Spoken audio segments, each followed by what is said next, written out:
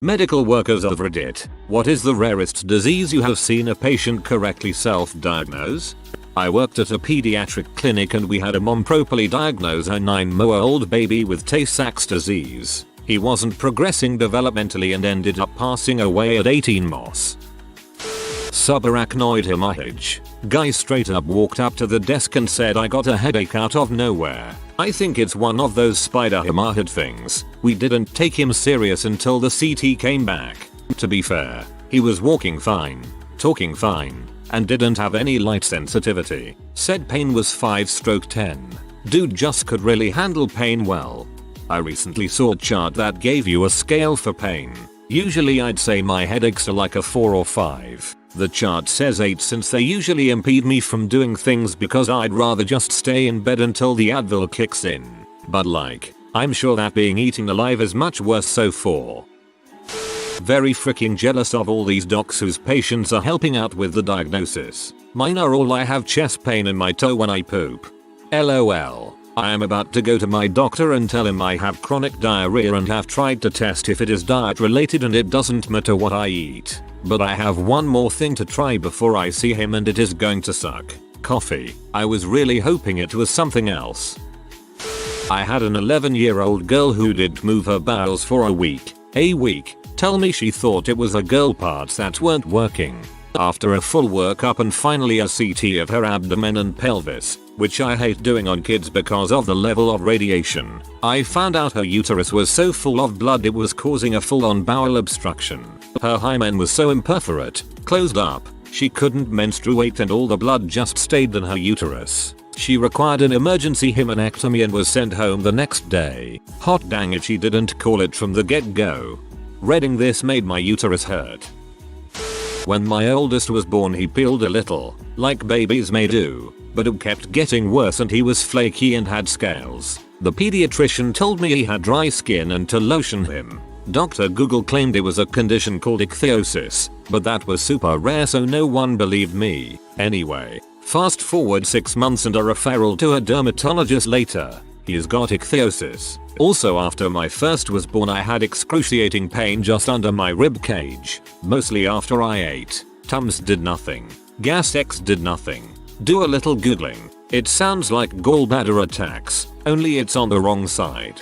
Go to my GP. Get an ultrasound, my gallbladder was full of stones. Get a referral to a surgeon who drags his feet for a month claiming it can't be my gallbladder. The pain is on the wrong side. Meanwhile I have attacks after every meal and stop eating except ginger ale and club crackers. Lose over 10 pounds. Call the surgeon daily in tears. Finally he agrees to operate, but right before the procedure tells me that once my gallbladder is gone I'll still have problems. Wake up from surgery and find out my gallbladder was worse than they thought so it needed to come out anyway. 2.5 years later and I haven't had any more attacks. Guess it was my gallbladder after all. Bird mite infestation. The lady wasn't taken seriously at first. Came off a psych. Nope. Birds built a nest in her AC ductwork. Thanks, Dr. House, for having your interns break into my house and rip it apart, just looking for something, anything. Patient here, self-diagnosed, still unknown, fungal infection inside both eyes. Took making them glow with my rock lamp to get attention. Kept seeing strands in both eyes, then wow that of lamp. Ended up on one heck of a cocktail to save my sight. Kids, don't wash your eyes with river water in a tropical rainforest. Just say no. A nurse friend brought her newborn to the pediatrician in 1963 and told him her son had a Wilms tumor. The guy blew her off and told her she was a nervous mother and a little bossy boots. Kid was starting to crump when a pedzonk guy noticed and saved the baby. She dumped the pediatrician. Double points for self-diagnosis before the internet. A patient turned up clutching some internet printouts about visceral leishmaniasis. Luckily I managed to resist saying anything sarcastic as that's exactly what she had. I appreciate it's not uncommon worldwide, but in UK hospitals it's pretty dang rare. And I was grateful for the printouts. Saved me a lot of searching. Same exact story when my son picked up leishmaniasis in Iraq. We went in with the printouts, too. As a physician and a med school professor, it is distressing to read all of the "I told the doctor I had." Enter the fairly common disease and typical symptoms here, but he didn't believe me. We teach our med students to ask the patients if they have any idea what they may have. Docs need to take patients' opinion seriously. Much of the time, the patient has already spent hours researching the disease and may have some experience with it, especially if it is a familial disease. I may require my students to read this thread. I'm not a medical worker, but my grandmother self-diagnosed herself with Chiari. She had been having problems and everyone in the family tried to tell her it was nothing. She ended up needing brain surgery and still suffers from it. I had a resident tell me a patient was in the ER saying he had a worm in his eye. Why does he think that? I asked. Because he feels something in his eye. I patiently explained to the resident that often people have a speck of dust etc, so you have to look carefully all around the eyelids under the slit lamp microscope. As I was talking and examining the patient, lo and behold, a worm wriggled right under the surface and I jumped back and nearly fell off my chair. It turns out the patient was visiting from Africa and his father was a veterinarian who told him to come to the hospital to take the worm out. These parasites are common in Africa, not so much in the US. The entire infectious disease department was very excited. This is wonderfully nerdy as well as absolutely horrifying. Years ago, a woman who had been taking calcium supplements made from ground horse bones diagnosed herself with lead poisoning. I recall she was a movie actress. Impressive in that I think none of her doctors saw this, and there was at the time no reason to believe that a calcium supplement would have a lot of lead in it, but of course animals store lead in their bones, and until leaded gasoline was phased out, every animal pretty much was getting very high exposure. I'm no medical professional, but seems like there has to be other ways to supplement calcium without eating ground up horse parts. 5th year med student here. Diagnosed myself with lymphoma. Everyone thought I was being a classic paranoid med student, but turns out I was right. Finished chemo 2 weeks ago. Not particularly rare, but I had a guy diagnose himself with Guillain-Barré syndrome and a lady diagnose herself with Charcot-Marie tooth disease. I worked in a health department for a while looking at infectious diseases. 2 things seemed constant. 1. The vets are really good at self-diagnosing zoonotic diseases. 2. Their doctors rarely believe them. In my time we saw 2 uncommon diseases, psittacosis and tularemia. Vets are well trained anyway, but to be fair, it is a pretty obvious leap from I treated a dog with X2O. Now I have X2. The psittacosis was from some exotic bird and had infected the owner. The owner already had a cough when visiting the clinic and the vet recommended the owner see her GP. But the GP refused to order the tests until the patient was extremely sick. If I recall correctly, the lady survived, but a lawsuit came from the ordeal. No idea how it ended. Bird survived too, I believe. A different vet herself got tularemia treating a stray cat that was brought into the clinic. TBF, it is very rare in cats. The cat sadly died despite treatment. The vet's GP was not convinced she could have contracted the disease so quickly. The health department had to intervene and insist that the vet get treatment. I honestly have no idea why anyone would flat out deny the possibility when a known exposure is present. Arrogance and a dismissive attitude. Mind blowing. I had a patient who correctly diagnosed herself with mastitis, although she was very worried that she had inflammatory carcinoma of the breasts. To be fair, they can look similar. Another time, I had a patient correctly diagnose a lump in her breast as a fibroadenoma. I was very impressed. After staying up all night convinced I also had breast cancer, around 4 AM I started chilling and had a fever and then realized, oh snap, this is mastitis. Went to her, had mastitis. I went into the ER in severe pain and was sure it was kidney stones. I told the nurse that and got a long lecture how I do not self-diagnose. Just tell the doctor my symptoms and let him figure it out because he's the professional. Doctor comes in, I describe my symptoms, leaving off my ideas on the matter, and they do some blood and urine tests. The doctor comes back and it turns out I had kidney stones. I looked at the nurse who happened to be in the same room at the time and she just huffed and walked out. Doctor looks confused and I tell him the whole story. He laughs and says something to the effect of course patients should tell me what they think the issue is and why. I may not come to the same conclusion as you, but every bit of data helps.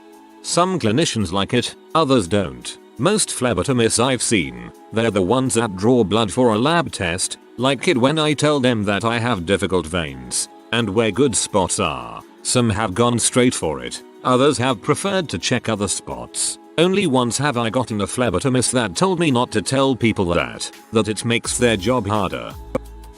I work in pain management and a lady had symptoms that other doctors didn't believe. She was labeled a drug addict or someone seeking narcotics. She came to our office in tears just telling me that she felt pain in random places of her body with no abnormal imaging or other symptoms. She stated several times that she felt she had something unexplainably wrong with her and that she wasn't lying for pills. We discovered she has a very rare case of chronic regional pain syndrome, more severe than any other case we have seen. Sadly there is no cure, but at least she has an explanation as to why she has pain for no evident reason. Not a medical worker, but I am a rare case of WebMD being right about cancer. Felt a lump in my throat for upwards of a year and a half, but doctors kept telling me it was in my head. They stuck cameras down my throat and nothing. It took an ultrasound after myself giving up and my PCP saying my thyroid felt slightly enlarged for a doctor to find it. One ultrasound and a biopsy later they found out I had stage 2 papillary thyroid cancer that metastasized to 18 lymph nodes. Myself with lupus. Been having issues with chest pain and a myriad other symptoms that never made sense together. GPs don't want to look at the mountain of records they have for you, just the problem at hand. All tests for a diagnosis came back in normal parameters, but I insisted on a fail-safe I'd read about. I asked to be tested for syphilis. But you have no symptoms of that. I know. It's because lupus will show as a false positive on that test. Done. And I have lupus. I also diagnosed myself with lupus. Went to 2 doctors and they didn't believe me. I was 16 and they claimed I had the teenage blues or it was anemia symptoms. Finally went to a 3rd doctor when I couldn't go on feeling like crap any longer. Turns out I was in stage 4 kidney failure from lupus and they were like, yeah, you need to see a rheumatologist tomorrow. Pyloric stenosis. A couple brought in their little one with exorcist type projectile vomiting. Exam and ultrasound confirmed the diagnosis. My older brother is developmentally disabled. For the longest time all the psychologists and school counselors said he was ADHD and had some learning disabilities that he may have obtained in utero. My badass mom with only a high school diploma never really accepted that this was all that was going with him, but listened to the doctors anyways. Fast forward to when my brother was 10 years old and my mom had read an article about Fragile X syndrome. She happened to read about a rare form of it called Fraxi. The article perfectly described my brother's condition. My mom then decided to talk to a genetic counselor about getting my brother tested. The genetic counselor kind of scoffed at her diagnosis but went along with it anyways. Lo and behold, my brother had the exact form of Fragile X she had read about. My mom not only diagnosed my brother but also found that our family was a carrier for Fraxi. It turned out my mom was a carrier and my grandpa had Frax. It was amazing because all my grandpa's life he fought with feelings of inadequacy because school and learning new things were really hard for him. He was held back 3 times in high school. When he found out that there was a legitimate medical reason for this, it completely changed his outlook. We had a 20-year-old patient come in the hospital because his girlfriend was laying on his chest and told him his heartbeat is a little fast and sounds weird. He came in and said he has an irregular heartbeat arrhythmia. According to his Google research, he said he may have a fib. He was correct. While watching a documentary about Asperger's during class, I had a portent and slow realization that what they talked about was disturbingly accurate on a personal level. After running through some screenings, months later, cause diagnosis screenings are more focused on children than adults. The doctors were wondering how it managed to be undetected during my childhood. You were just odd. Not really a rare disease, but when I worked in a district hospital, I had a patient who came in for a 3-day fever saying that she might have hepatitis A because she had some shellfish over the weekend. She had no other symptoms. I laughed it off. Her full blood count did seem to indicate a viral infection, but I was thinking of dengue, which is a very common thing in that area, or just your run-of-the-mill viral fever. Fearing the former, I scheduled her to come on Saturday. 3 days later, to review her dengue antibodies test result. It so happened that I was working half day that Saturday. It so happened the lady was yellow on that Saturday, jaundiced from the hepatitis, and the IgM came back negative. Boy, was I humbled. She was hospitalized in a tertiary center and came back for follow-up a few weeks after, and she was fit as a horse. I knew a guy who diagnosed himself with appendicitis within 1.5 hours of the symptoms appearing. Oh, it was very impressive for someone with no medical expertise. I had a guy walk into the ED one night. He was septic, which was causing stress on his heart and was causing a heart attack. He walked in and was dead within 90 minutes. His last words to me were, "You're going to have to tube me," as he slipped into flash pulmonary edema. He was right. The whole situation still haunts me. Rarest diseases are often easier to self-diagnose than medically diagnose, as the patient will jump to the worst conclusion with no data and the doctor will start at the most likely and test down from there. When you hear hoofbeats, think horses, not zebras. I am self-diagnosed with congenital mirror hand syndrome, which less than 1 in 1 million people have. It's kind of obvious because when I move one hand, the fingers on the other hand move. 2. I may have an extremely rare variant, because I also have mirror movements within each hand, and I can't find evidence of this in other people. Basically, when I move each finger, the other fingers in the same all move in the opposite direction. So when I lift up a finger, the others all go down, and vice versa. I thought this was normal until I asked my friend if she could wiggle her pointer finger without moving the others. It blew my mind because it looked so weird to me. I had a guy come in one night and diagnosed himself with a broken tibia. Wasn't as impressive as it sounds, as it was sticking through his skin. I mean, I'm impressed his diagnosis wasn't I self-diagnosed myself with allergy to carrot antifreeze protein. For some years after eating raw carrots or having fresh carrot juice from the fridge, I was experiencing a tingling sensation in the throat and I could feel it swelling. At some point I realized that I was allergic to carrots, but only to the raw ones. The weird thing was that this wasn't always the case. I sometimes had raw carrots and had no symptoms at all. The cooked ones were fine. Then about 8-10 years ago I watched a program in which they mentioned that carrots can produce a natural and at the time only plant antifreeze protein. Carrots make it in response to excessive cold. They also said that some people may be allergic to it. This protein is also broken down while carrot is cooked. This struck me as that's it. So I did some tests. I can happily eat raw carrots that have been pulled out of the ground with no symptoms. However, raw carrots that have been in the fridge for some time will give me narrowed and itchy throat. Patient was having clear fluid drip from her nose and headaches. She was convinced she had a CSF leak, fluid surrounding brain. Hot dang if she wasn't right. Rare mitochondrial disorder. Mother is a researcher investigating this particular extremely rare gene in a neurological laboratory. While her child is growing up, he developmentally regresses. Mother believes that the constellation of symptoms fit the genetic disorder she is researching. So they do whole exome sequencing and the child turns out to have this rare disorder the mother is one of the few in the world to be doing research in. Made ambiguous for sake of confidentiality. Not that confidential. The New York Times just did a write-up on it. I diagnosed myself with a condition called hidradenitis suppurativa. I've struggled with it for 25 years. Been to several doctors who just threw a 2-week antibiotic at me and told me to come back if it returned. When I asked why I was having these flare-ups, they usually just shrugged and said I was just one of those people who were prone. I was never given a diagnosis. I started really looking into it about a year ago, and went to a new doctor where I explained in detail why I believed I had the condition. After examining me, she agreed, and has been wonderful in helping me treat this, with practical remedies, and an open mind and listening ear. So glad to have found her. When I did theater in college, there was a guy who was a 5th year physical therapy major. We had a huge physical therapy program at the college I attended and he was going for his doctorate. He fell off the stage during rehearsal and broke his leg. Really gruesome fall. His leg was clearly messed up and he was yelling out in pain and there was a lot of blood. When the paramedics arrived he started telling them exactly which parts of his leg were damaged or broken between his shrieks of pain. Our director said everything he told them was correct when they checked it out at the hospital.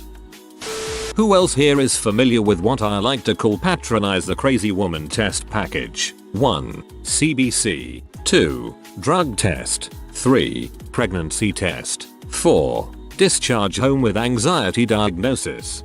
I went through this for 14 months with my doctor till I got a second opinion and found out I had metastatic cancer. Good news is, by the time I received the DX, he had cranked up my anxiety meds dosage so high it wasn't even that distressing. Not a medical worker, but an ex-roommate has 3 girls. 1. The 4-year-old. He would sway held her breath till she passed out when she got mad. One morning while watching them, all she did was get angry and boom, hit the floor. Eyes rolled back in her head. I knew it from the start. Off the top of my head it was cataplexy, any sudden burst of emotion and this kid would hit the floor. I sat the dad down and told him he has got to take this kid to a neurologist. Diagnosis made 2 weeks later. I watched a medical documentary on it when I was 13 and actually remembered something. Basically half the patients I talk to tell me they have some random rare disease. More than once, though rarely, they have been right. If I had a gold medal to give out would be for this 70-year-old male that came in, as per family members. He's been sick x 3 days, cough, runny nose, low fever, x 12 hours. Family members explain he is never sick and he must have tuberculosis. He tells me he probably has a cold but came so family would stop worrying. He was right. Not a disease, but I once thought my pelvis was broken so I got an x-ray and the doc said it wasn't, but I wasn't buying it. Got a second opinion and sure enough, broken pelvis.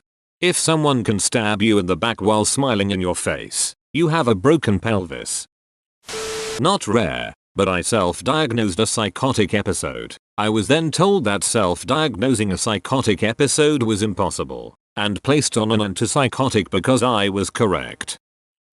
I had a nagging suspicion that my husband had thyroid cancer based on how his shirt collar was sitting at our friend's wedding last year. He was driving and I was sitting in the back and it just looked off and my heart sank. Our doc dismissed it but sent him for an ultrasound at our insistence. Thyroid cancer is not rare, but I wasn't wrong. I guess when you've been staring at someone's neck for a decade.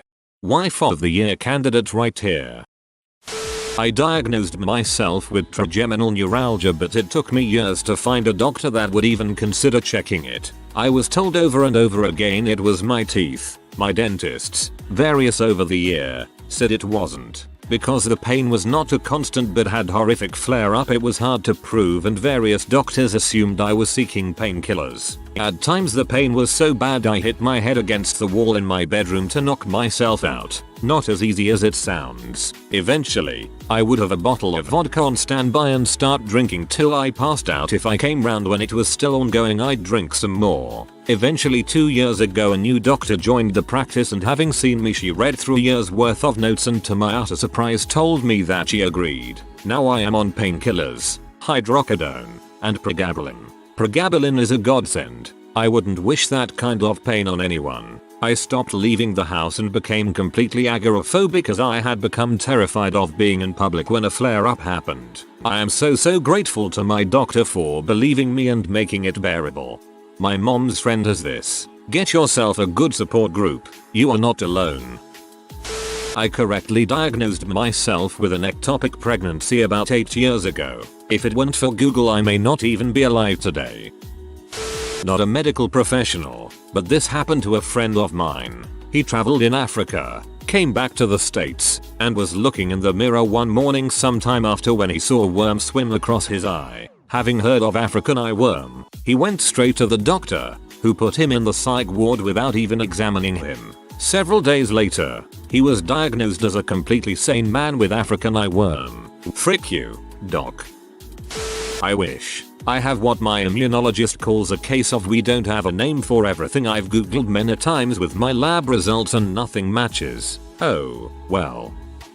Doctors, nurses, and EMTs of Reddit. What's the worst injury illness that you've seen someone refuse treatment for? Had a guy go into cardiac arrest in our station. He was promptly lit up and came back around soon after. He wanted to leave, and we told him that was a bad idea. It wasn't a long argument, as he kept going into arrest. Less dramatic than some of these, but a patient I knew refused consolidation, follow-up chemotherapy designed to kill lingering cancerous cells and maintain remission for his cancer in favor of some holistic treatment I don't know the details of. Unfortunately, he died within the year. My dad did 9 of his 12 chemo treatments and quit recently because injecting mistletoe into his gut is what he actually believes will cure him. Stage 3 colon cancer, and he actually believes modern medicine is a giant government conspiracy. I don't know what upsets me more, that he's got cancer or that he actually believes this crap.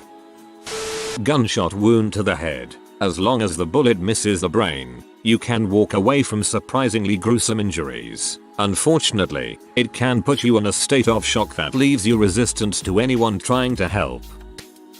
Nurse in aged care. Gangrene from knee to ankle all the way to the bone. She had the chance to amputate a year or two before coming into residential aged care, but apparently said no. She wanted to die. She was only in her early 80s, sound of mind and no other medical issues. So instead of living for another 10 years, she died in horrendous pain, getting her dressings changed every other day and doped up to her eyeballs on morphine, unable to have any meaningful conversations with her devoted family and friends that came in every day. I'm quite a young nurse and it was the first time I'd seen gangrene in person. The seeing part was fine, but the smell, oh my frick, the smell. You would change the dressings in the shower after another hit of morphine and it would stay on you and your clothes all day. It's like wet, old band-aids X100, and like when you leave herbs in the back of the fridge too long and they turn to liquid. It's been 4 months since she passed and the room she was in still has the rotting flesh smell.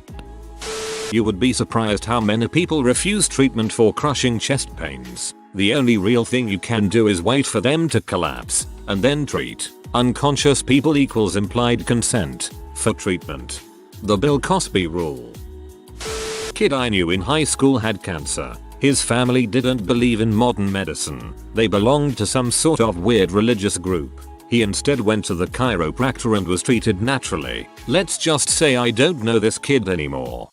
Letting your kid die from cancer due to your own ignorance and negligent parenting. Poor kid. EMT story from 2010. Haven't worked the band-aid box for years, but this stuck with me. Had a guy one time who had a stroke the year before and hadn't taken his meds after his discharge. He was rocking at 250/170 BP. That is not a typo. Had a second unit come by to double check. We tried for 20 minutes to convince him along with his daughter, but he was convinced he was just fine. The kicker was he literally lived 2 blocks from the hospital. I can't imagine he lasted much longer, but I never found out anymore.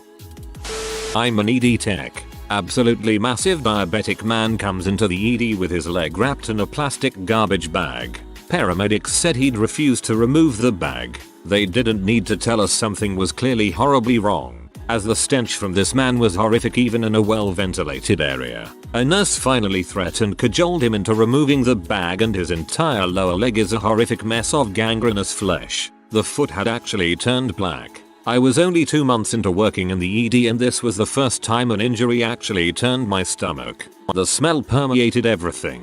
Can't imagine what the other patients were experiencing. He was informed that the limb needed to be amputated or it could lead to sepsis, I believe. He was in total denial, insisted that he was fine.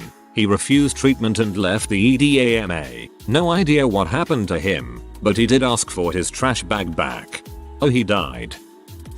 A pregnant Jehovah's Witness involved in a car accident and refused blood transfusion. 5 hours later baby died and then she died. I grew up in that cult and used to carry a no blood card around. I'm so glad I got out of that religion. I tore that card up a few years ago. I had a patient who was elderly, but in her right mind. She came into the hospital via ambulance with no family, still lying on the sheets we sent her home with the last time. She had terrible pressure ulcers and was covered in excrement. Come to find out, she was the mother of a wealthy dentist in the area and actually lived with him. He was neglecting her horribly. A referral was made to a long-term care facility and social services was notified. But because she was in her right mind, she chose to return home to those terrible conditions. That's heartbreaking. I've had to talk way too many people into getting treatment for their heart attack. Like, why did you call 911 for chest pain or go to the ER only to refuse treatment? Not a med myself, but last time I was at the hospital there was a guy with tuberculosis who refused treatment because it was all propaganda from Big Pharma, yet he wanted to make the doctors to make him feel better. TLDR. Refusing treatment for broken penis. Oh man, I really don't tell this story very often just because it's NSW. I used to work as a medic with an outfit in the Dallas-Fort Worth area of Texas. It was not uncommon to receive call-outs from the 911 dispatcher with little to no information on the situation going on. Usually an address and maybe the patient's condition or complaint if we were lucky. On one such call we arrived to this hole-in-the-wall apartment complex to see the city FD paramedic engine had already beat us to the scene. I asked one of the fire guys standing by his rig what was going on with the patient. He shrugs his shoulders and tells us he hasn't a clue. LT just told him to make sure and let us know we needed to prepare for a contaminated scene by wearing full PPE, mask, gown, gloves, goggles, etc. So as walk into the apartment doorway, the first thing I noticed was a late 20s naked female caked in blood passed out in a corner of the main living room.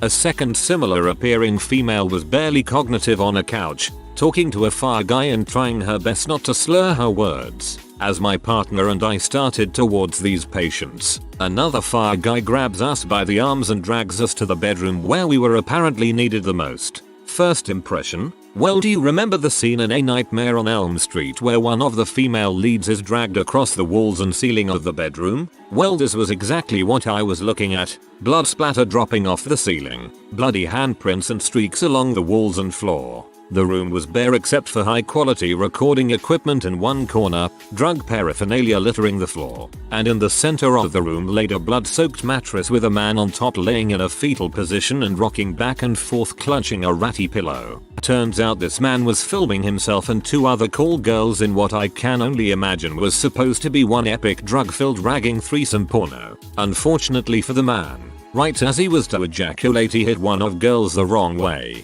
breaking his penis in the process and ejaculating blood all the ceiling and the girls. This no doubt frightened and confused the poor girls as they stumbled back into the wall, smearing them with blood in the process. The cherry on top of this entire incident was the man refused to be transported and treated at a nearby hospital even after explaining to him this would likely be the last time he would ever be able to have sex or urinate normally again unless he sought out urgent medical attention at an ER. Fortunately the Leos were able to talk some sense into him, but my god, what a way to go out, haha. Ejaculate blood. Oh my god, I'm gonna puke. A story from my friend who's a specialist breast cancer nurse in the UK, but in an area with a large West African population. A complicated subject, but in a nutshell there are quite a lot of patients who don't pursue Western medical treatment in favor of faith healers or similar, and may only return to hospital when things have reached a dire point. She told me about a lady who showed up one day, having not attended follow-up for months after diagnosis. When she examined her, she found the cancer had caused a festering wound in her chest that had eaten a hole through the flesh so deep that when my friend shone her torch and she could see her aorta, the lady had just been stuffing it with tissues and hoping for the best. Now just imagine how many people in Africa itself there are that do similar crap, and then when they eventually do go to a hospital it's so underfunded that they never had a chance of surviving this thing from the beginning.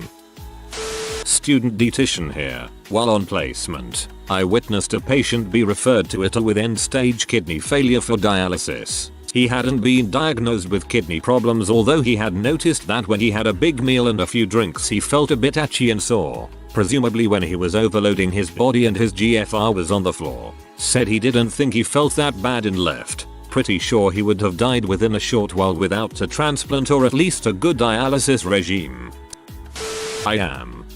an EMT, but this one's about a call my father was on as a firefighter back when I was a kid, in the early 80s. Guy had fallen through a glass coffee table and cut his throat ridiculously wide open. Looked like he had a second mouth. Somehow managed to avoid the carotid arteries, but was still seriously bleeding. Oh, did I mention the guy was drunk out of his mind? Refused assistance. I believe the exact words were, "Do I freaking look like I'm on fire?" from my dad's crew. Same with the cops who got there behind him and the ambulance that got there a while later. Early 80s. Zero paramedics. The ambulance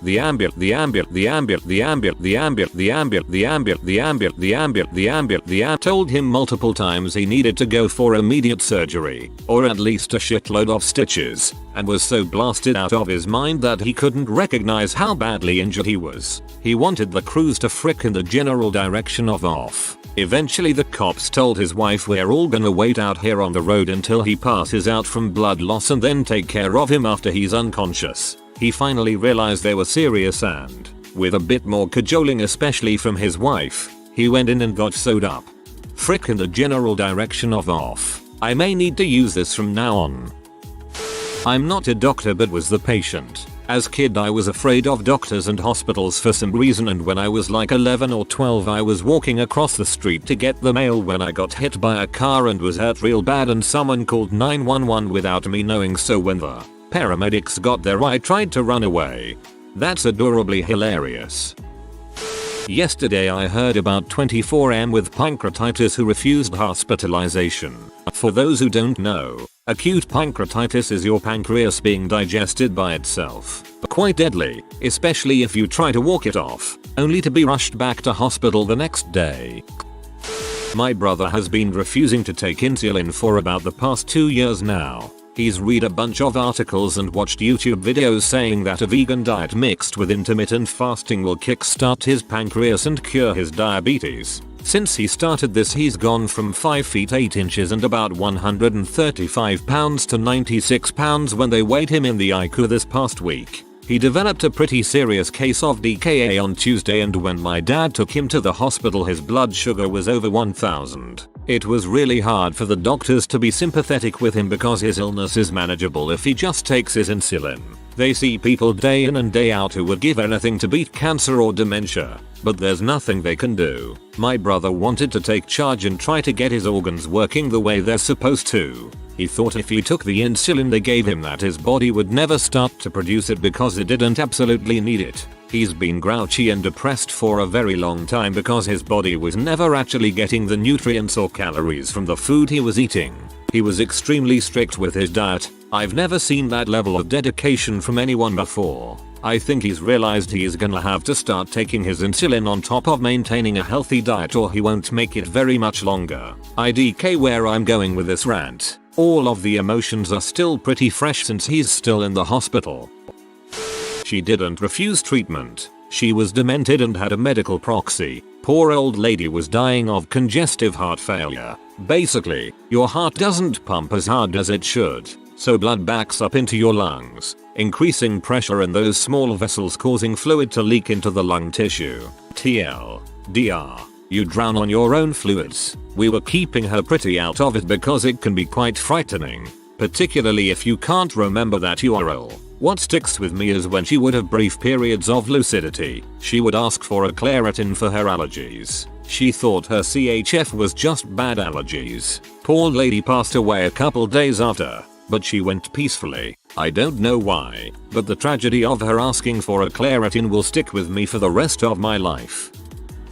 Had a H overdose come in and refused treatment once he was awake, so once we felt he was okay enough to go we let him go, only for him to come back in several hours later, this time dead, from a second H overdose. Funny H overdose story told to me by a paramedic pal. Guy calls saying his girlfriend has OD'd and is non-responsive and he's trying mouth to mouth. Pal gets there. Guy is giving mouth to mouth to a teapot while near dead GF is lying next to him. Guy insists teapot is GF. Has to be restrained so partner can see to girl. Couldn't make this crap up. A man was coming into the coronary care unit, CCU, to visit his dad who had just had a heart attack the day before. On the way out, he starts feeling sweaty and has crushing central chest pain. Read equals heart attack. We get him to sit down, do an ECG and find widespread saint elevation. Read equals big heart attack. Tell him that he probably needs to be admitted but he denies all treatment. Tries to leave the hospital as fast as a man having a heart attack can do so before collapsing conveniently near the emergency department. Following stenting of his coronaries, we couldn't get him a bed next to his dad on CCU but they were close enough that they could have conversations. AWW. That's kind of sweet. My girlfriend was longboarding in Peru, and she fell and cut her knee. Except it wasn't just a cut, it had actually sliced all the way down to the bone and tore a lot of skin off around it. She got up, not realizing what had happened, and continued longboarding for a while. Hardcore. Saw a person with heart attack refusing to get admitted and he left after streptococcus infusion was over. I saw him going about his chores many months later at a convenience store. He was apparently doing fine.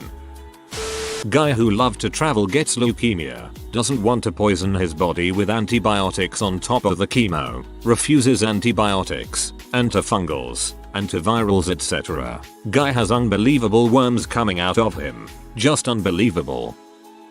Patient with history of 15-year IVH presented to Maya today in septic shock secondary to large abscess at one of the injection sites on the right arm. Due to the patient's history of long-term intravenous injection, multiple unsuccessful attempts at gaining IV access were made. Ultrasound machine was then brought in and her antecubital vein on the unaffected arm was deemed the only site available. Patient then expressed desire to leave AMA because this is the only site I have left to inject and I don't want you to ruin it. Explained to patient that in all honesty, they would still be able to use the site for later IV drug use. Patient did not trust this information. Patient was advised she would likely die in hours to days without treatment. Patient still wants to leave AMA. Patient then offered central line which the patient promptly declined. Patient left. Not the most physically gruesome injury illness but the degree of addiction in this patient was pretty psychologically gruesome in my opinion. Patient would rather die than run the small chance of losing the only usable site patient deemed self-accessible after recovery discharge.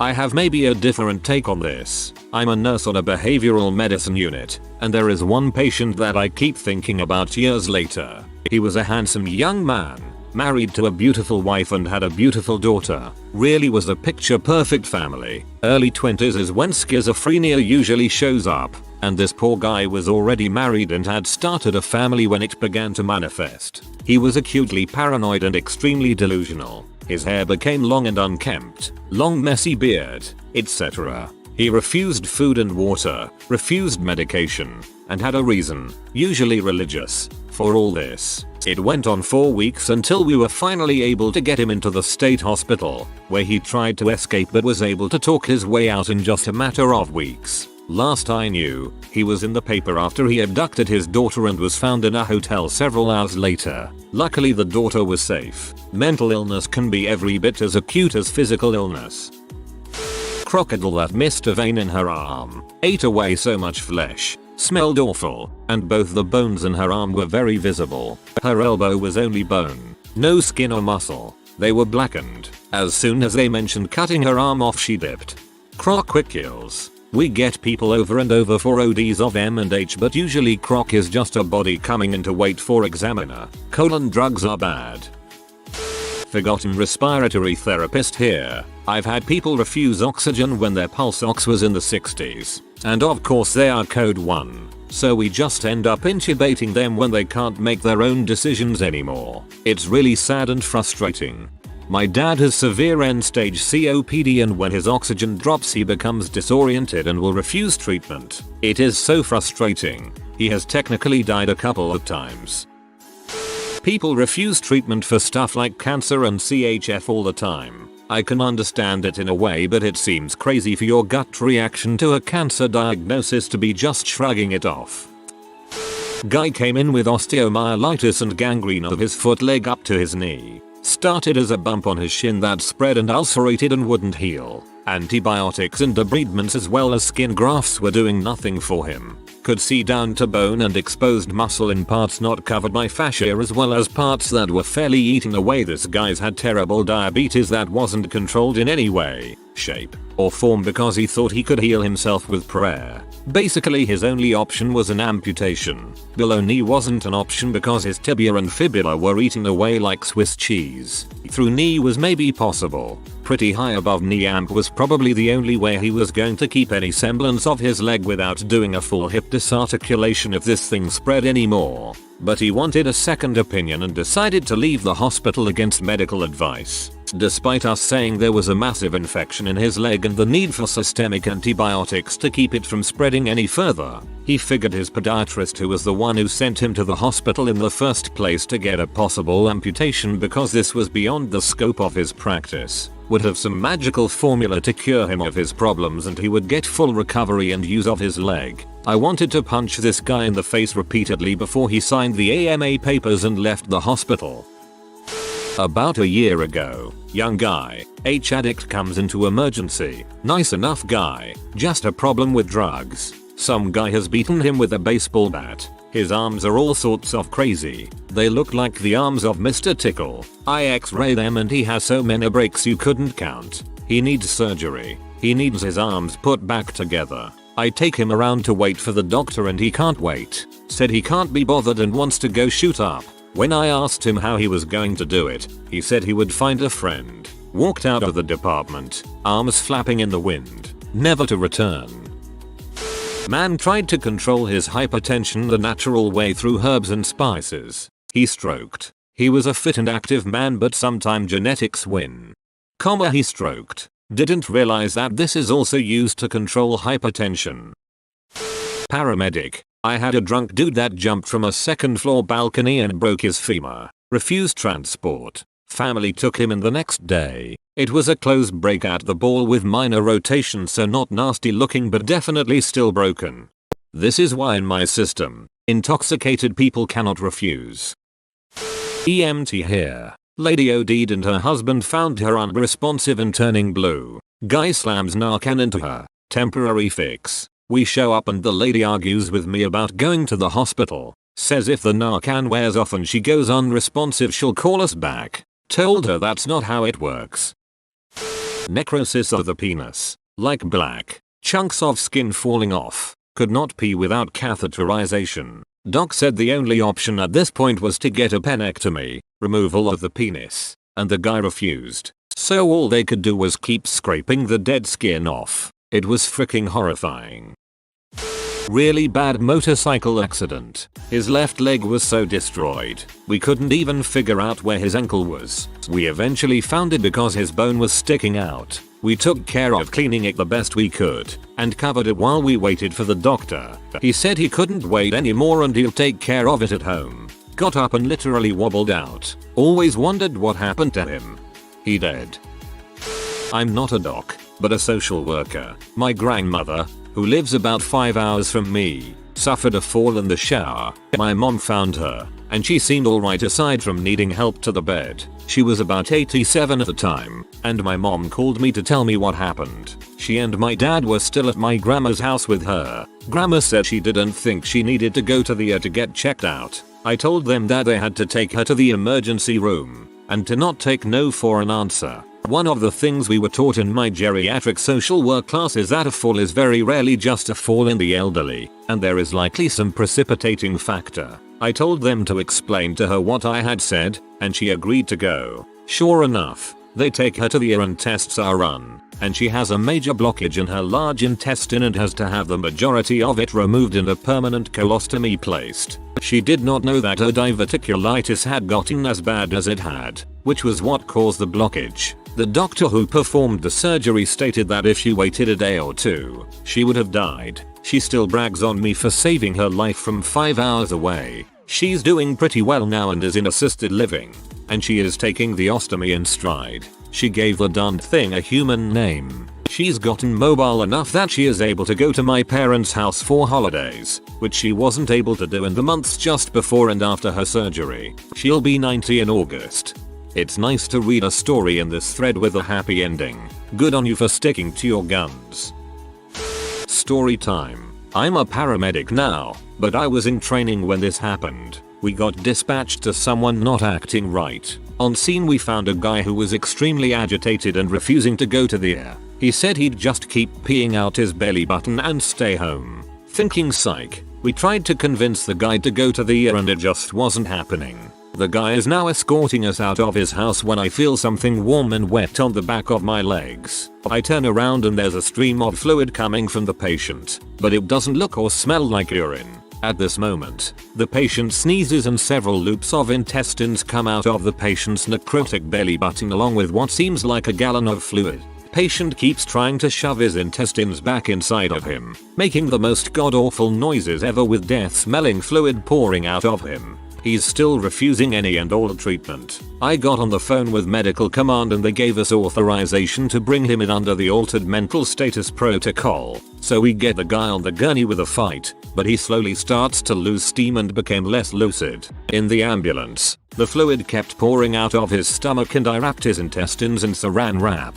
We got to the hospital and the back of the ambulance was covered in what we found out was acidic fluid. He had such horrible, untreated acids that it ate away his belly button from the inside, causing everything to spill out. He ended up dying from liver failure and various complications a few hours after we brought him in. Read the whole thread and this is the one that got me. I work admitting foreigner and I'm used to dealing with some screwed up stuff, but so this takes the cake. Congratulations, I gagged on water trying not to imagine the smell. Medic here. Active massive heart attack. I even went so far as to call the emergency room so the doctor could tell the man over the phone that he would be dead very soon. He still didn't believe me. He refused transport to the hospital because he wasn't going to miss his son's graduation from 6th grade. I'm pretty sure he's dead now. That's some freaking dedication though. I'm kinda jealous. My parents never came to anything ever for any reason.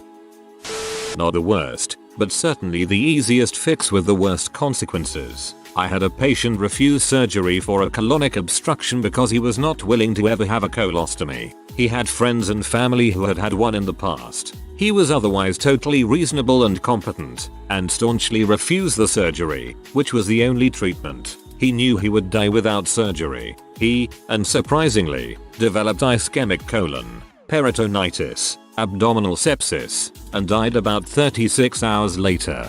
I'm just going to tell you, I am freaking fearful more than anything else of the idea of having a colostomy. It's irrational I guess, but the idea of it freaks me the frick out.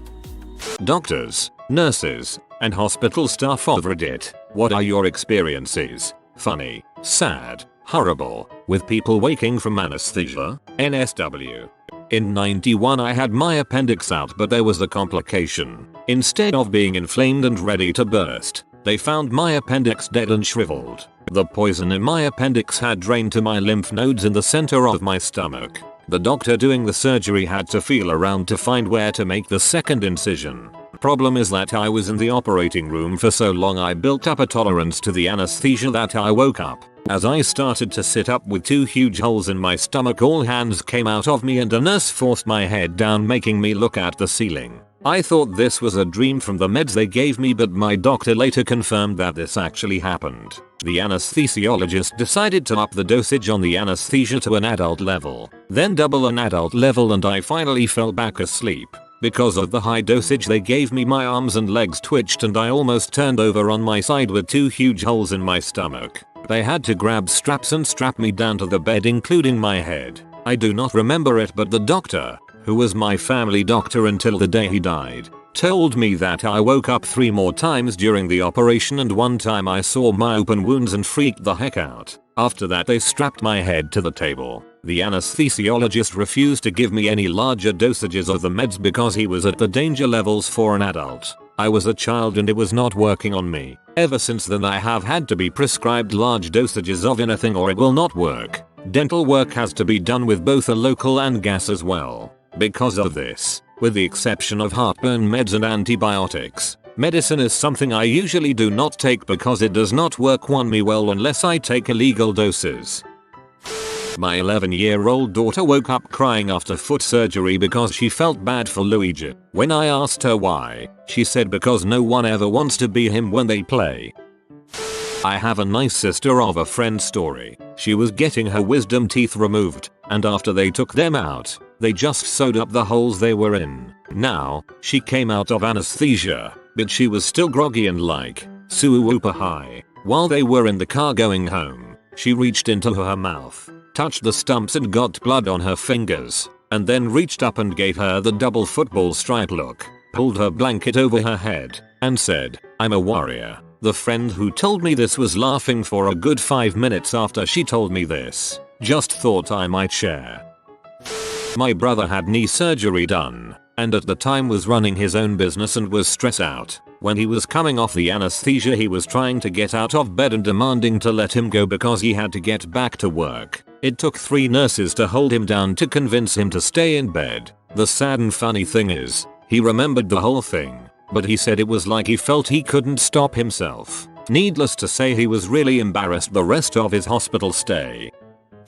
I'm not the medical professional in this story. My husband had emergency surgery a few years ago, and when he woke up, he was just different. I can't explain it. He recognized who I was, but his personality was completely different and the way he spoke to me was completely different. It's sort of like in movies where people wake up in someone else's body. It freaked me the frick out. 36 hours later, it was like he just woke up and was himself again. The weird part is, he had no memory of the past 36 hours. He remembers being sick and he remembers the emergency room, but after that, nothing. A lot of people came to visit him in that time period too. A bunch of family and everyone from the office, and he has no memory of any of them. The only thing I can think is that whatever medication that was used in the anesthesia that gawked him finally worked its way out of his system. Thank you for the new verb, to gawk. I had an endoscopy performed and was put into a twilight sedation. When I woke up, I barely remember sitting in the recovery area. I heard the beeping from my monitor. I started to shake, and my wife freaked out and called in the nurses thinking I was having some type of seizure or something. I was just trying to make the beeping go faster by shaking. While on fentanyl for gallstones in the ear, I asked the ultrasound tech if she wanted to take a selfie with me. She declined and I got butthurt about it. Apparently I also told my sweet grandmother, when asked if I was okay, that I was fine gran. I'm high as giraffe balls. 2011 I had a hernia surgery. Don't remember this but was told I woke up exclaiming how f***ed up I was. Wanted to know what they had given me and if I could purchase some. I'm a nurse on a post-op floor and this type of comment is pretty common. I had my wisdom teeth removed about a month ago and apparently when I woke up I said wowie. That's some good crap. I was coming around from surgery and the nurse who was looking after me had a crush on a guy I dated when I first started nursing, several years before. It was rather surreal to go from deep sleep to talking about an ex-boyfriend I had hardly thought about in years. I almost feel it was an abuse of her power. I could have said anything coming out. You don't expect to be interrogated about a past relationship the first thing waking up from major surgery. In the end I found out some gossip. The relationship didn't last long and apparently he was hurt that I wasn't devastated when we broke up and that I started dating someone new within a few weeks.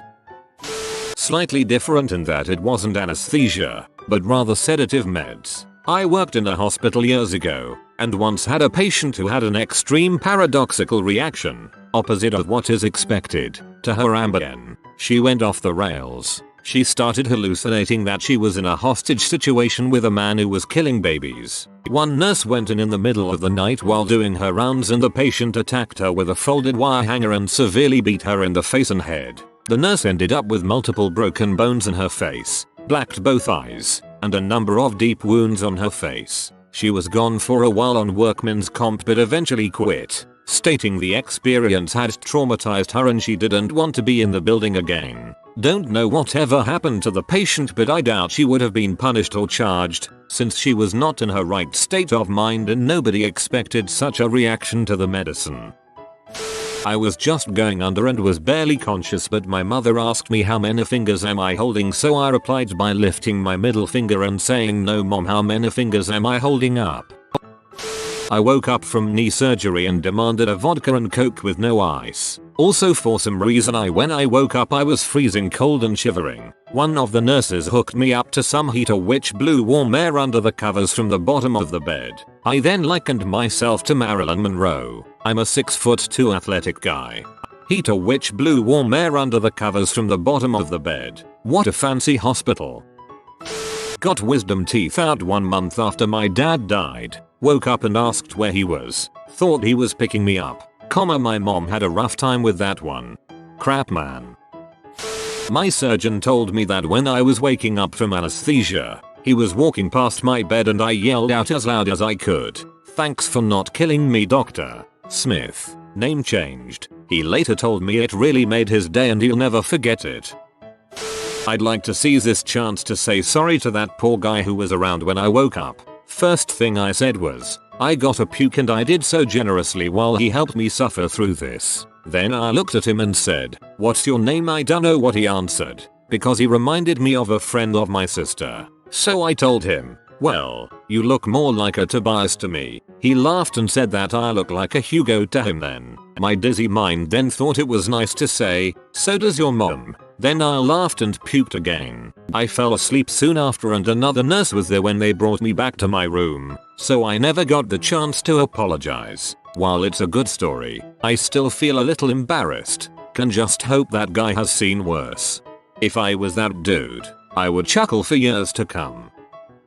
We had a cute little guy, 6yo, who was getting his arm set in emerg after a pretty big playground fall. He'd been waiting patiently for about 3 hours, was a super trooper all through the x-rays, the IV, and while we get him set up on monitors, they were talking about how he wouldn't remember the doctors putting his bones back in place because of the meds and how he'd probably have funny dreams from them too, so he should think of something good right before we gave them. Having taken care of him all shift, and knowing how hungry this kid was, he was restricted from eating till he was in the cast. I said, "You like hamburgers, right? Maybe mom and dad can take you to McDonald's when you're done as a treat." The dad was like, "Yeah, cool buddy, we'll do that. Just get this all done first." So we push the special K and the kid conks out. The arm is a bit difficult. It was radial ulnar snap a couple inches below the wrist. Big fush from a height almost an S shape. He was only out for about 10-15 minutes and came awake after that but was still partly under for a good while. The mom and dad were rubbing his shoulders getting ready to go as soon as he was up and able. When they asked him if he had any dreams he said kind of drunkenly, "Hamburgers dancing." It's much cuter when said by a heroic sleepy 6-year-old. Not at hospital staff but my grandma recently had to get anesthesia. When she woke up she went paranoid and thought that the doctors and nurses wanted to kill her to harvest her organs. We had to try to explain to her that at her age, there wasn't much that would be worth it. Many elderly people, especially those with a baseline of dementia, have adverse reactions to anesthesia. They are frequently cookie for a few days. Also, interestingly enough, they can still harvest organs from the elderly. The lifelink rep at my hospital says she has had some organs taken from people as old as 90. Way too late on this thread, but typing this out made me smile. While on my 3rd year surgery rotation, I was meeting my patient in pre-op. He was a stern-looking Iraq war vet. I told him that me and another med student would be viewing or assisting the procedure, repairing an anal fistula. Since the other med student, Jim, was stuck in another OR, I asked him to help me mock Jim for showing up late. Without flinching, he casually says, "Oh Jim, I've heard about that guy on the internet. Isn't he some kind of disgusting sexually deviant borderline pedophile?" Whoa, not what I was thinking. But sure, let's do it your way. Med students are pretty low on the totem pole in an OR, so no one outside of the attending even knew Jim would be sitting in on the procedure. We had just started this rotation at a new hospital, so no staff really knew Jim at all. So we roll the patient in, and we're getting ready to administer meds. He signals me. He's now very worried that we're gonna put him under without getting to prank Jim. Jim enters the room as our patient starts to knock off. He introduces himself. "Hello everyone, I'm Jim, a 3rd year med student, and I'll be sitting in on this procedure." The patient's eyes opened wildly. He screams "Frick you Jim," and is out. Everyone was silent for 5 seconds before I cracked up and explained what happened in pre-op, so all was good. When he woke up, his first words were, "Did we get him?" "We got him." Sedated fist bump. Dude was committed to the joke. got told the story. When I was 8, I got a knee surgery. While on anesthesia, the travel between my hospital room and the ER tough, I was in a Formula 1 car. So I would make all the noise, telling people to faster, make the sound of the tires too. The guys told my mom it was the funniest transfer they ever had. Everybody was laughing, including people in the hallway. Obligatory, not a doctor, but I've gotten anesthesia a bunch of times. I only have vague memories of waking up from it, but I imagine the nurse's favorite from me is the time that I convinced my nurse that I spoke Russian and could help her translate the one phrase she knew. In reality, I had taken like 2 semesters of Russian, but still had a very limited vocab. I still wanted to get my flirt game on though. The only thing I could think of as the patient was that I surprised a lot of nurses with how quickly I shook off the anesthetic. I would be walking around an hour later and getting changed ready to go home. They just look dumbfounded. I am one of those people as well. I wake up quite easily like I'd just had a nap or something. I'm also quite difficult to put out and hard to keep under. I don't fight it or resist it. It's like my body just shrugs it off. I shadowed a surgery once with this guy who woke up saying, "Give it to me straight, doc. Will I ever play the piano again?" All of us were cracking up and he then goes, "Oh, wait, I don't know how to play the piano." Ha ha ha ha ha, this one made me laugh. Woke up from a 2-hour reconstructive surgery on my ear. They had removed most of the skin between my ear and my head, opened it like a door and built me a new eardrum. As soon as I woke up, I had to clean. So I started walking around the ward in my assless gown, trailing an IV, and looking for stuff to throw away. Nurse was not amused, but I refused to stop cleaning. She gave me a piece of paper and told me to throw this away then go back to bed. I agreed. Also, what's with everyone being put under for wisdom teeth removal? I had mine yanked. Then I drove home 15 minutes later. A lot of times, doctors will try to pull wisdom teeth early, before they cause too much impaction. If they haven't broken the gum surface yet, it's a pretty involved oral surgery that can take a long time. Also, some people are wimps.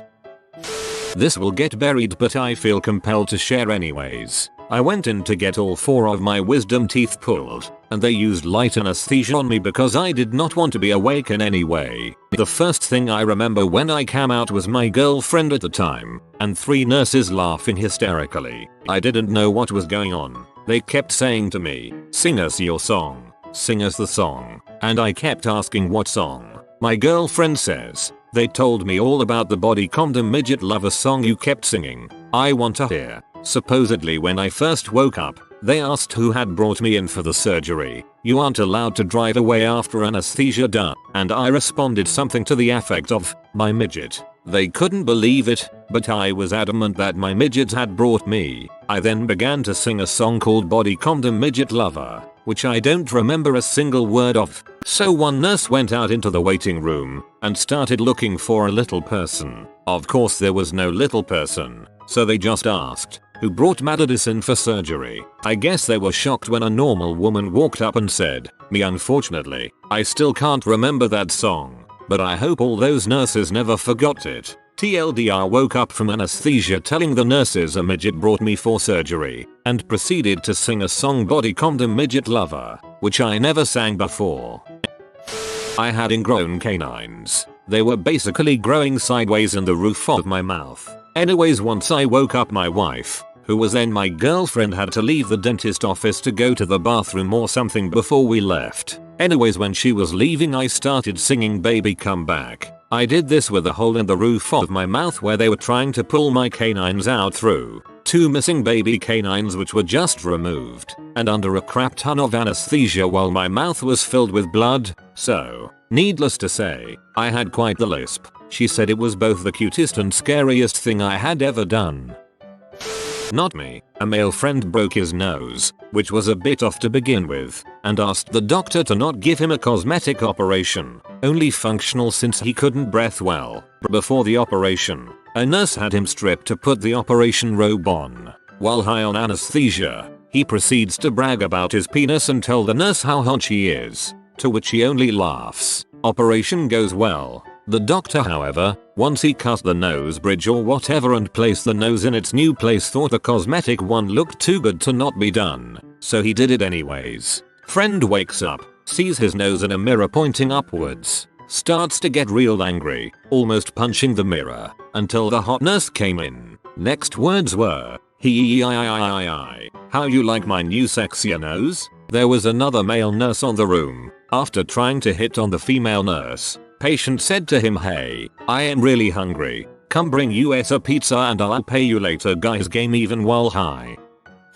I was the patient in this one, but I was having a squint corrected by surgery when I was 5. They gave me anesthesia, but it just made me more and more hyper. I was bouncing around the little cot they'd put me in as the doctor said to my mum, I don't understand. He should be going to sleep.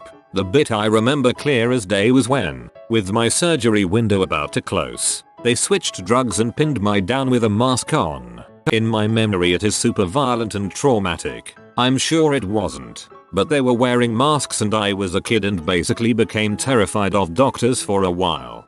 A lot of sedatives and anesthetics have the complete opposite effect when given to kids. They get hyper and excited rather than sleepy.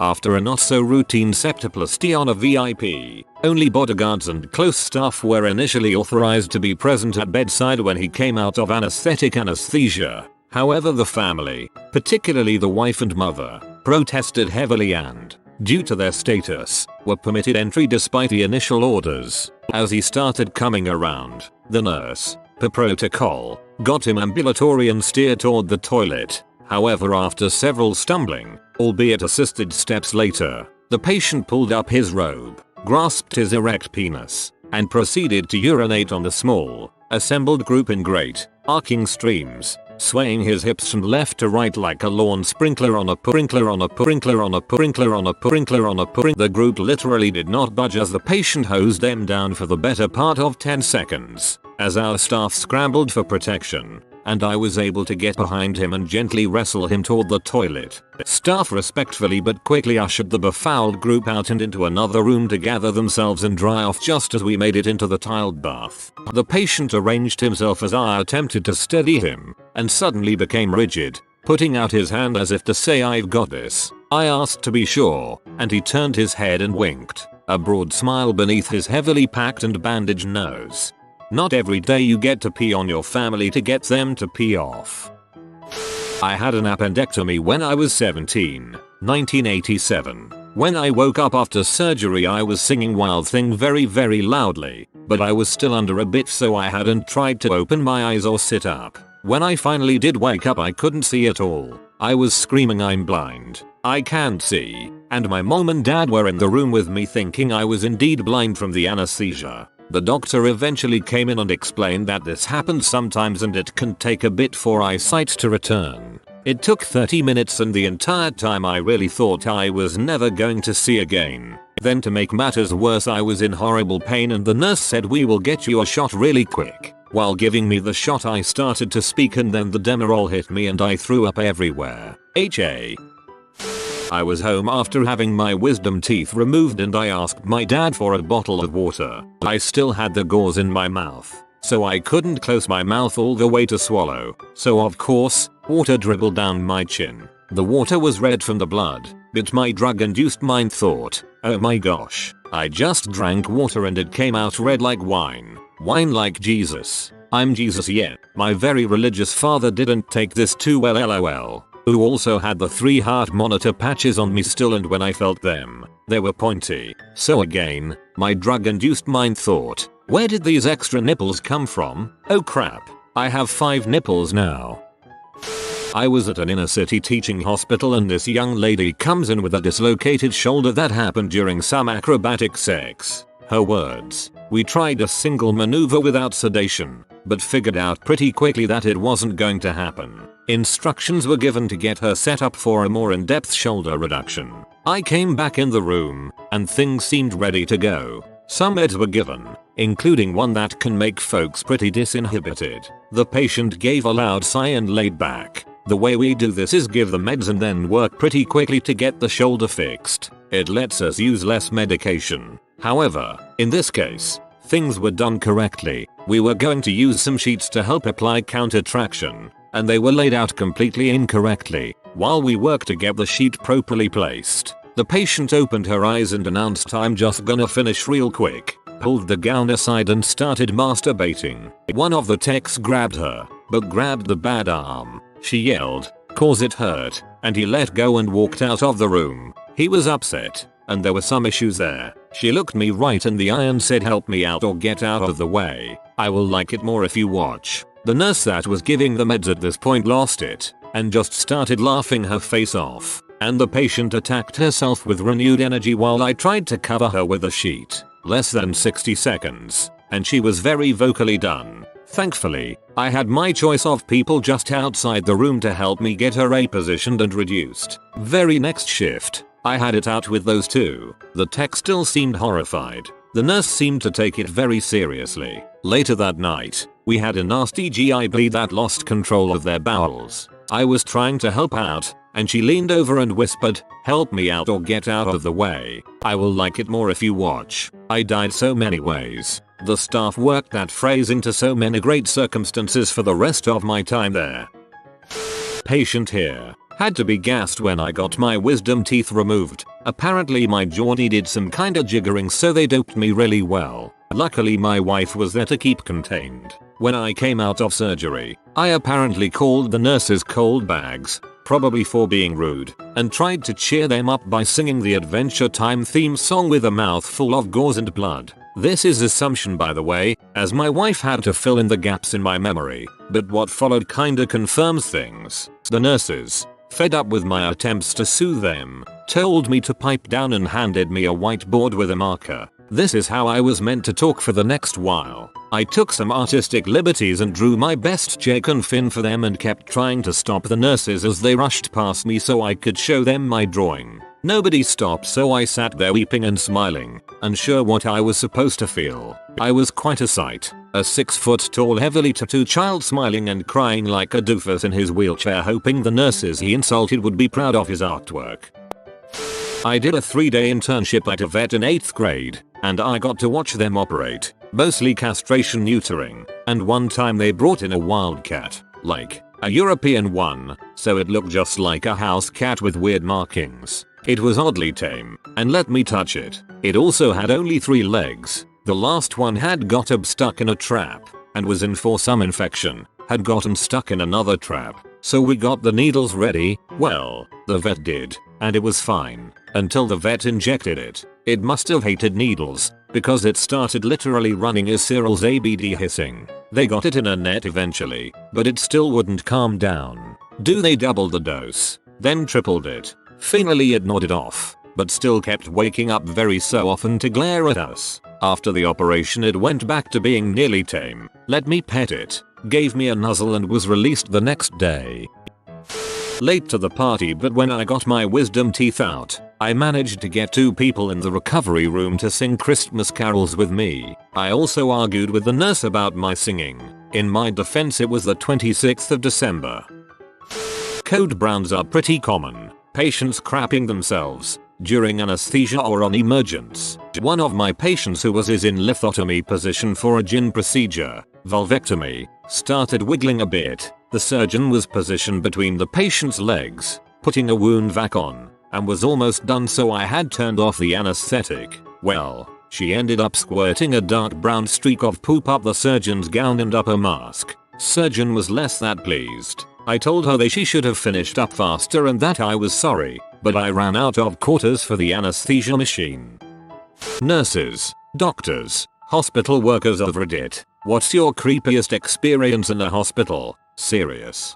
So I'm not a doctor, but my dad is, and I sometimes go with him to different hospitals that he works at. There's one in particular that stands out, though. This hospital used to basically be a death camp for people that got tuberculosis. They'd send them there for fresh air to heal them and they'd die because there wasn't any real cure. Very many people died this way in the hospital, and the building in general is old and creepy looking. When he sees patients, I hang out with the nurses' PAs, and they often tell me ghost stories. Because of working there, a lot of the staff has gotten into things like Ouija boards, recorders, ghost tours, etc. 2. so that's also cool, and I've heard some of their recordings and such. Here are some of the stories I've heard. Until last year, there was an old elevator that was known for sometimes stopping you on either the second or fourth floor before taking you where you actually wanted to go. This wouldn't be a big deal normally, but this hospital is strangely laid out. It's a 4-story building,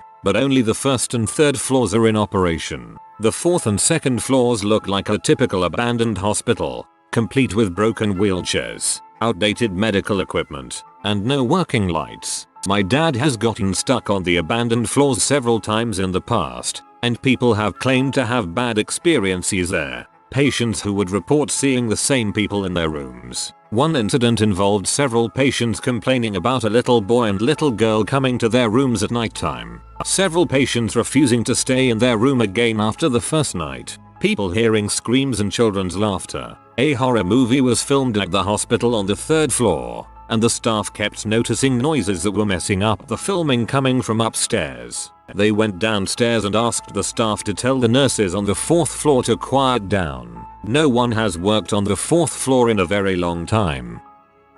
CNA in a nursing home. I swear I heard a walker going down the hallway for a full few minutes. Hallways were empty, no doors opened or closed, and we did rounds 15 minutes after hearing that, and every single person was in bed. There was an old woman, in her 70s, when I first saw her in 1985. A chronic schizophrenic by all criteria. The consultant who trained my consultant was a resident in psychiatry as she was admitted the first time, 1943 that is. I found it rather strange that my consultant would never ever prescribe her any medication, instead would treat her as a guest visitor whenever she dropped in to have a chat with her friend. My consultant was due to retire, and during one of his last days, I summoned the courage to ask him about the old woman. She fulfills every requirement that warrants the diagnosis, yet my consultant never ever attempted to admit her or treat her, nor did I. You must never as well. The answer was unexpected. He must have read my complete shock. He took out an old worn-out file from his cabinet and asked me to read. Pages were yellow and the ink was fading, but the dates and notes were legible. 1943. His consultant had broken the rule, secured a patient's file and kept with him. Then he handed that file and the patient to his student, who was incidentally my consultant. As I read, I knew the reason. She had, back in 1943, while in a mental asylum, predicted demise of Nazis, usage of nuclear bombs, and half of Europe falling under atheist communists. Freedom for colonies in Asia and Africa. The notes said that she had systematized delusions and auditory hallucinations that she held to be true and voice of God. I never saw her after my consultant went into retirement. However, if ever there are a few enigmas that I encountered, she is the biggest of them all.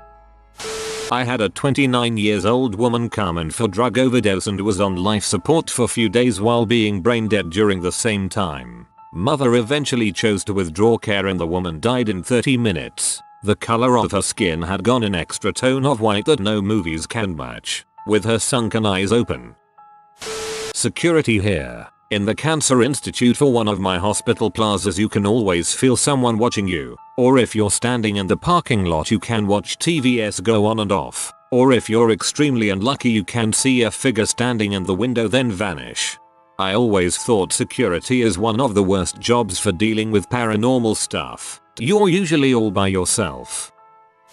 Fresh intern in a massive university hospital. As with a lot of hospitals in the UK, half of it is space aged while the other half hasn't had a lick of paint since the 70s. A lot of the old section of the hospital has been out of use for years, but late at night interns would navigate these closed wards and corridors for shortcuts when under pressure. My cardiac arrest bleep, Yanks call this a code, went off about 3 AM. I was on the ground floor of the old section of hospital and the call was to the far end of the top floor of the same section. I ran up 5 flights of stairs to bring me to the right floor, but the wrong side. I had to pass through a massive abandoned ward that was completely pitch black to get to the ward I wanted. I sprinted down a long dark corridor. Huffing and puffing, I nearly smashed into an elderly lady. She grabbed my arm. I'll never forget how ice cold her grip was. "How do I get out?" she said. I pointed towards where I had just come from and told her to get into the elevators. I continued my sprint. I was the first doctor to make it to the bedside. A nurse was performing CPR and another was drawing up adrenaline. I went to the top of the bed to manage the airway. I looked down. It was the same old lady I met in the corridor. This is my favorite so far. Chills. Former CNA here. I used to work in a rehabilitation center for post-op surgeries. I worked at a small facility less than 100 patients. In that time I had one peculiar case. I was doing my rounds, answering call lights and helping out where needed. When I got towards the end of my hall there was an elderly gentleman that had knelt down and died. It was very alarming at first. He had an IV in his arm and an oxygen tank when he passed. At first glance it looked like he had died by getting tangled in his tubes, but after getting the nurse and examining his body on the floor, we determined it was a last burst of energy before he passed. I didn't get to know him, as he was bedridden, but that incident has stayed with me forever. Maybe more disturbing than creepy, but I get called into work late one night. I am an RN working in surgery, and late night calls are always a roll of the dice as to what you might get. The hospital operator calling had very little detail as to what we were coming in for, just the surgeon and patient name. I get there and the doctor had booked a transmetatarsal amputation on a diabetic patient, which is not unusual. When I go to talk to the patient, it turns out that due to his diabetic neuropathy, and therefore lack of sensation in his feet, he had a sore on his toes that had gone and treated again. Not unusual. Well, in this case, he had awoken to crunching noises in the middle of the night. He wakes up and turns on the light to find that underneath the covers, his beloved chihuahua had eaten all 4 of his smaller toes and was working on the great toe. The wound was a pretty ghastly sight, and the sight of those tiny teeth marks is something I'll never forget. Okay, here's another story. A guy had a heart attack on a city bus. EMS brought him into the ED in full arrest. They cut his clothes off him and hook up everything. All of a sudden this guy is getting an erection. A huge one. This boy was blessed. A few of the nurses were saying, "Doc, you got to save him." Funny as heck. Hospital humor is sick. Worked as a hospital chaplain this summer. We get called to every code blue in order to be with the family and or pray while the staff works on the patient. At 3:30 AM I get paged to the cardiac ICU. A 30-year-old woman has coded and they are working hard to get her back. She is flat on her back while they're doing compressions and she's not conscious. No family present, so I am working hard to stay out of the way and pray silently. Suddenly this woman sits straight up in bed and full on screams, "Let Emmy go." Everyone just stops and stares at her. Finally, after a pause that felt like forever, someone says, "Not today." Everyone kind of starts chuckling and breaks what was a very tense room. The staff quickly got back to work trying to stabilize her, much of which she actively refused for the first minute or so. After she was stabilized a little more, I returned to the on-call room and continued with my night. But months later, thinking about her and that scream, I still wonder what she may have seen and why she wanted to go so bad. Her scream has been imprinted on my heart and still gives me chills. I used to work patient transport. I got a call to take a body from ICU to the morgue. Nothing crazy. I got to the ICU and because it was shift change, a large group of nurses were circled around the nursing station. There were 2 doctors there as well. I went up to the group to say I was ready. That was when I felt an incredible wave of dread. I saw that they were creeped out, nurses and doctors alike. One doctor asked, "What was the temperature?" 101.5, replied a nurse. "When did he expire?" "Over 3 hours ago." Family requested additional time. Bodies are usually only allowed to stay 2 hours on the floor before going to the morgue. The whole group, with me trailing, walked to the patient's bedside. The doctor placed his hand on the patient's stomach. The immediate shock that came across his face was terrifying. The patient was burning up. After 3 hours, they should be cold. He said there was no medical explanation. He is an esteemed ICU doctor with years of experience, so I trust him.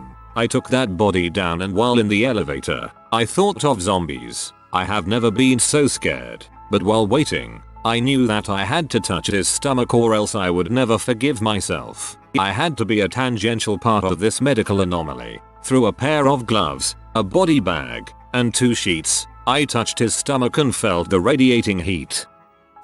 I worked IT help desk in a hospital for 3 years, which meant working a late shift 1 week out of every 6. The first time I ever did this, most people went home between 5-6 and it was dead quiet by 7. Later in the evening I started hearing doors and windows opening and closing in the building's other wings. This went on until I left at 1 AM. Windows opening then immediately closing. Doors opening at both ends of a long hallway simultaneously. It just went on and on all night. I commented to my manager the next day that the security guards took an awfully long time to do their rounds of the building and check all the windows were locked. It went on for hours by my watch. He gave me a funny look and told me that there was no security in our building after hours. I'd been the only living soul in there. It's worth noting that the building had originally been a nun's dormitory, and when they moved out it was converted into a morgue before getting its final makeover and becoming an office block. Same thing happened every time I pulled a late shift. I heard these noises all night but never saw anything disturbing,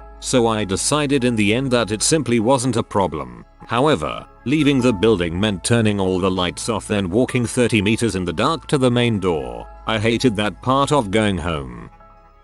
I studied recreational therapy in college and we had to shadow many different hospitals. One of the ones we had to shadow was an old state psychiatric facility, which is rumored to be haunted. Since it was so far, they offered to let us stay in the dorms they have for their interns. My friend and I were the last to get there out of all our class. The campus was huge, so when we arrived, we got out where we thought we were supposed to go. As we approached the building, we heard a god-awful scream. I screamed, followed by maniacal laughter. I thought it was our professor fellow classmates playing a joke on us. We finally found where they were and we told them that they got us good. They told us it wasn't them. I was terrified to sleep there that night. I work in palliative. Most deaths I've seen have been more or less peaceful, though the ones that are not stick with you. One guy was silently screaming through his last few hours of life. Another guy, who up until this point had been unresponsive, reached up and grabbed me when we attempted to lower his bed to turn him. One time while doing post-mortem care I walked into the room and thought that's weird. How come nobody has closed his eyes yet? He had that movie perfect dead look, with pale blue staring eyes and slack jaw and greyish, waxy skin. I closed his eyes and started the care, and when I looked again those eyes, still staring at me, were slowly opening, one slightly slower than the other. He groaned when we turned him to wash his back and his hand managed to clamp onto the bed rail and we had to pry it off. When we finally got him onto his back again, there was a foul smelling, oily black, viscous liquid on the pillowcase. I cleaned his mouth again thinking it must have come from there, but his mouth and nose were clean. The best I could figure the stuff had come from his eye. I couldn't wait to get that bag zipped up. I created a creepy situation in a hospital once. One level of the hospital basements hosted only two things: the X-ray archive, which nearly filled the whole level, and the morgue. I was working in the X-ray department, and part of my job was to get old pictures from the archive and put them back again. After a short time, I knew my way around and didn't need the lights to find the right room off the corridor, which was good, as the corridor lights had issues. So one day, I was on my way back to the upstairs world, and waited for the elevator, standing in a dark corner. The elevator came, and a young nurse pushed a hospital bed with an ex-customer into the corridor. She tried the lights, but it stayed dark. I said they had issues, so she pushed the bed towards the morgue in the dark. She passed me without noticing me, and I said boo. I nearly had to scratch her from the ceiling. Got a stern talk with the head nurse for that, but she could not fire me semicolon. Working overnight in a nursing home, the call bell kept turning on in an empty room. Wasn't the staff because there were only 4 of scheduled, and we were all at the nurse's station. I don't believe in the supernatural, but it was weird. I was still a student nurse at the time, but this definitely applies. I was interning in an ICU and my patient died, so I got to take my first trip to the morgue. I expected what you see on TV usually, a big room with cabinets for people. Nope, it was just a huge walk-in fridge with bodies. Some on stretchers, some on the floor, all with sheets over them. What made it really creepy for me at least is my preceptor pointed to the legit pile of bodies in the back and told me they put the dead children in the back like that so they're not super visible right up front. Well, frick. This starts off very cheesy but it's all true. One dark and very stormy night at the hospital I was working with a new CNA and training her on how things run around the hospital.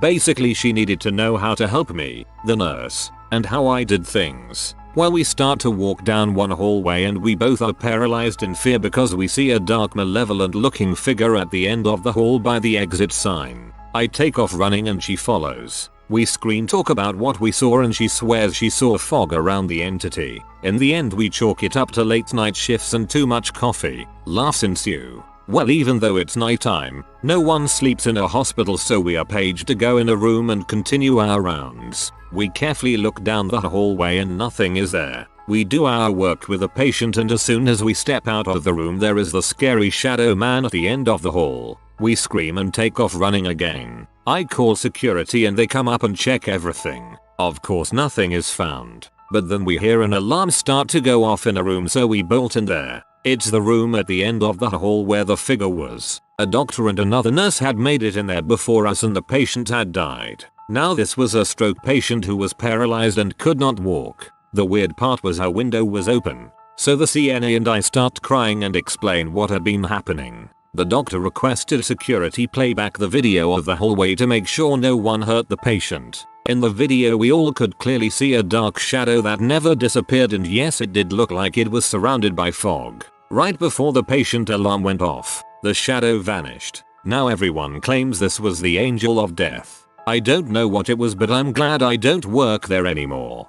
See, this is the kind of thing that makes the most sense to me. Maybe I'm more chicken shit than most. But all these stories of there was a ghost walking through, there are black figures in the corners, things move inexplicably. Yeah, that was super weird, sound so blasé. If I ever saw any of that stuff I'd be like, I'm out, and run away squealing.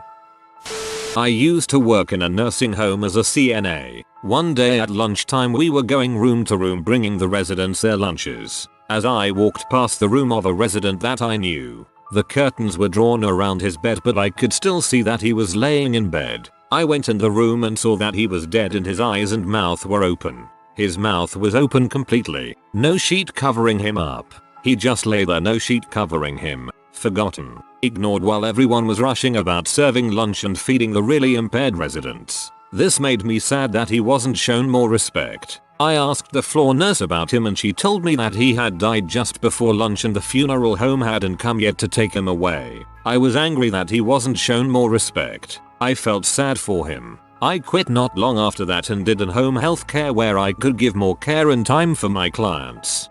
Nursing home and constantly underfunded and short-handed. This is a problem no matter what country you go. This is not my story, but my friend's partner worked as a cleaner of biological waste in a hospital. He said he was once pushing a trolley and a bag fell off. As he went to pick it up he realized it had a severed hand inside. I asked him if he was freaked out and he just shrugged and said he worked in a hospital and put the hand back into the trolley. It creeped me out by proxy. The unit I work on used to be an old maternity unit. Not a lot of people know that, but we still have tons of patients report hearing crying babies. I walked past a lift late at night while the doors suddenly opened with no one around. Proper shat me up until I found out the lifts return to the ground floor when they haven't been used in a while. Had a patient record a video of me without my permission and post it on YouTube claiming that I was his new radio web show co-host. When he is discharged from the hospital, he then proceeds to stalk me waiting for me in the cafe, and by leaving notes on the floor I worked on asking me to call the number he wrote on the paper so we can meet for the show. Weeks pass and a fellow co-worker saw him waiting for me in the cafe, so she reported him and security escorted him away and I had to file a report. Co-workers looked up the video on YouTube. Still there. Creepy comments from his supporters of his web show radio series comment about me and how they need to see more of me. If you contact YouTube's support team you should be able to get that down. Generally, recording someone against their permission is illegal. If you provide evidence, report to YouTube about the stalking, they should take it down. May not be gone from the internet forever, but it'll be gone from that channel. Friend used to work in a psyche ward and there was one patient that was determined to end her life. She stayed in a padded room with no objects in the room for her safety. He walked in on her one day chewing on her wrists and she was bleeding out. She survived but he quit shortly after that. I guess for me it is death itself. At the beginning of the day you're talking to this patient and interviewing them to make sure they know what is being done and identifying them to make sure we have the right patient. You make small talk and joke a little before heading into the room. They always have family waiting and we give updates throughout the surgery. It's hard to explain. One moment they're here and the next you're doing chest compressions to keep their body perfused. They stare off towards the ceiling, their lifeless eyes. I'm trying to get some sort of pulse or shockable rhythm back. My compressions are consistent. I have a good pace and they are deep. I can only go for 2 or 3 minutes. I let someone else take over. Their compressions are nearly as good. And I'm out of breath. I'm starting to sweat too. I hop back in. She keeps getting more and more pale. Why won't the doctor call it? I'm getting tired again. Whoever this person was has merged with the infinite. The same lifeless eyes are fixed on the ceiling. I'm sorry. I wish there was more I could do. It's happened a couple of times now. It never gets any easier. Our bodies can take a lot and they are amazing at adjusting to life. However, sometimes it's too much and you realize how fragile a body can be. When victims of violent crimes are admitted we take certain precautions, at least until the police are confident they have the guy and nobody is coming to finish the job. In Idaho, my co-worker was taking one of these patients down for a stat head CT. 2 sketchy AF dudes came to my unit looking for the patient and tried to get in. Locked unit. Our hospital's police security team is great and they arrived shortly after we called but the guys vanished. Had trouble getting a hold of my friend in CT briefly but she got the message and waited for security to escort them back. Security found the 2 dudes loitering outside one of the other x-ray areas. So somehow they figured out their patient wasn't on the unit and down in radiology, but luckily they went to the wrong one. Never found out anything about it afterwards, but that one stuck with me for some reason. This creeps me out so much because it has nothing at all to do with speculation or the supernatural. This is just crappy people being crappy. I'm glad your friend co-worker didn't get hurt.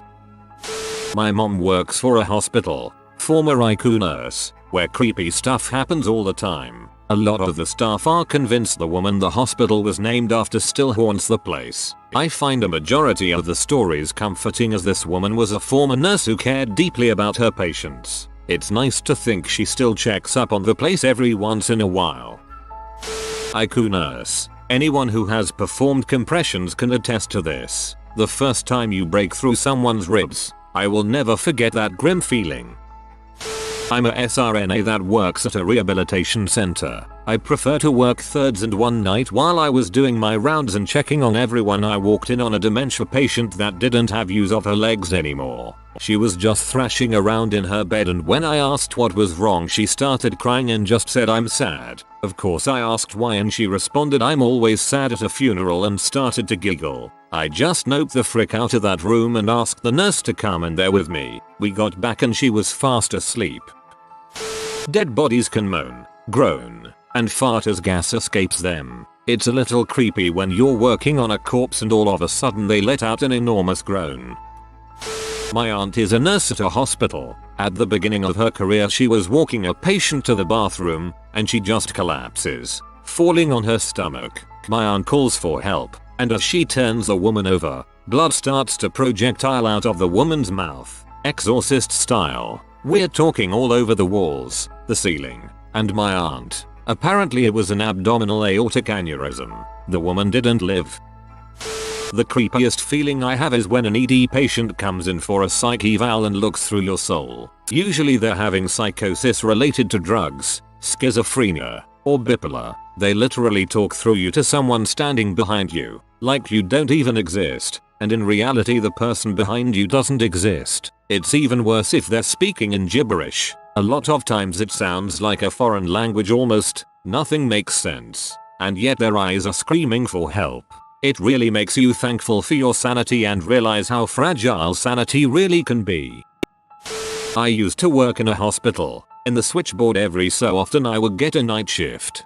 During the working week, 8 AM to 8 PM we worked with others, between 3 to 4 members of staff, but outside those times, weekends, evenings, nights and early mornings we were on our own. Of course sometimes it was busy, but from about 10 PM to about 6 AM it was steady but quiet. I wasn't actually scheduled to work nights. 10 PM to 6 AM. However, due to chronic staff shortages, I often ended up doing a few every month or so. Blame those who keep underfunding the NHS. That night it was busy, then a little lull. I had a 333 crash call alert at about 11:10 PM. Moncton Ward, Children's Ward, Pediatrician Registrar, Surgical Registrar and Trauma Team, urgent. I put the call out, and hear feet run past the door. Doctors mess right next to our office. Then get on with the rest of my calls. Normal sort of traffic. A&E. Patients' relatives calling the wards to check up on them. Nothing really out of the ordinary.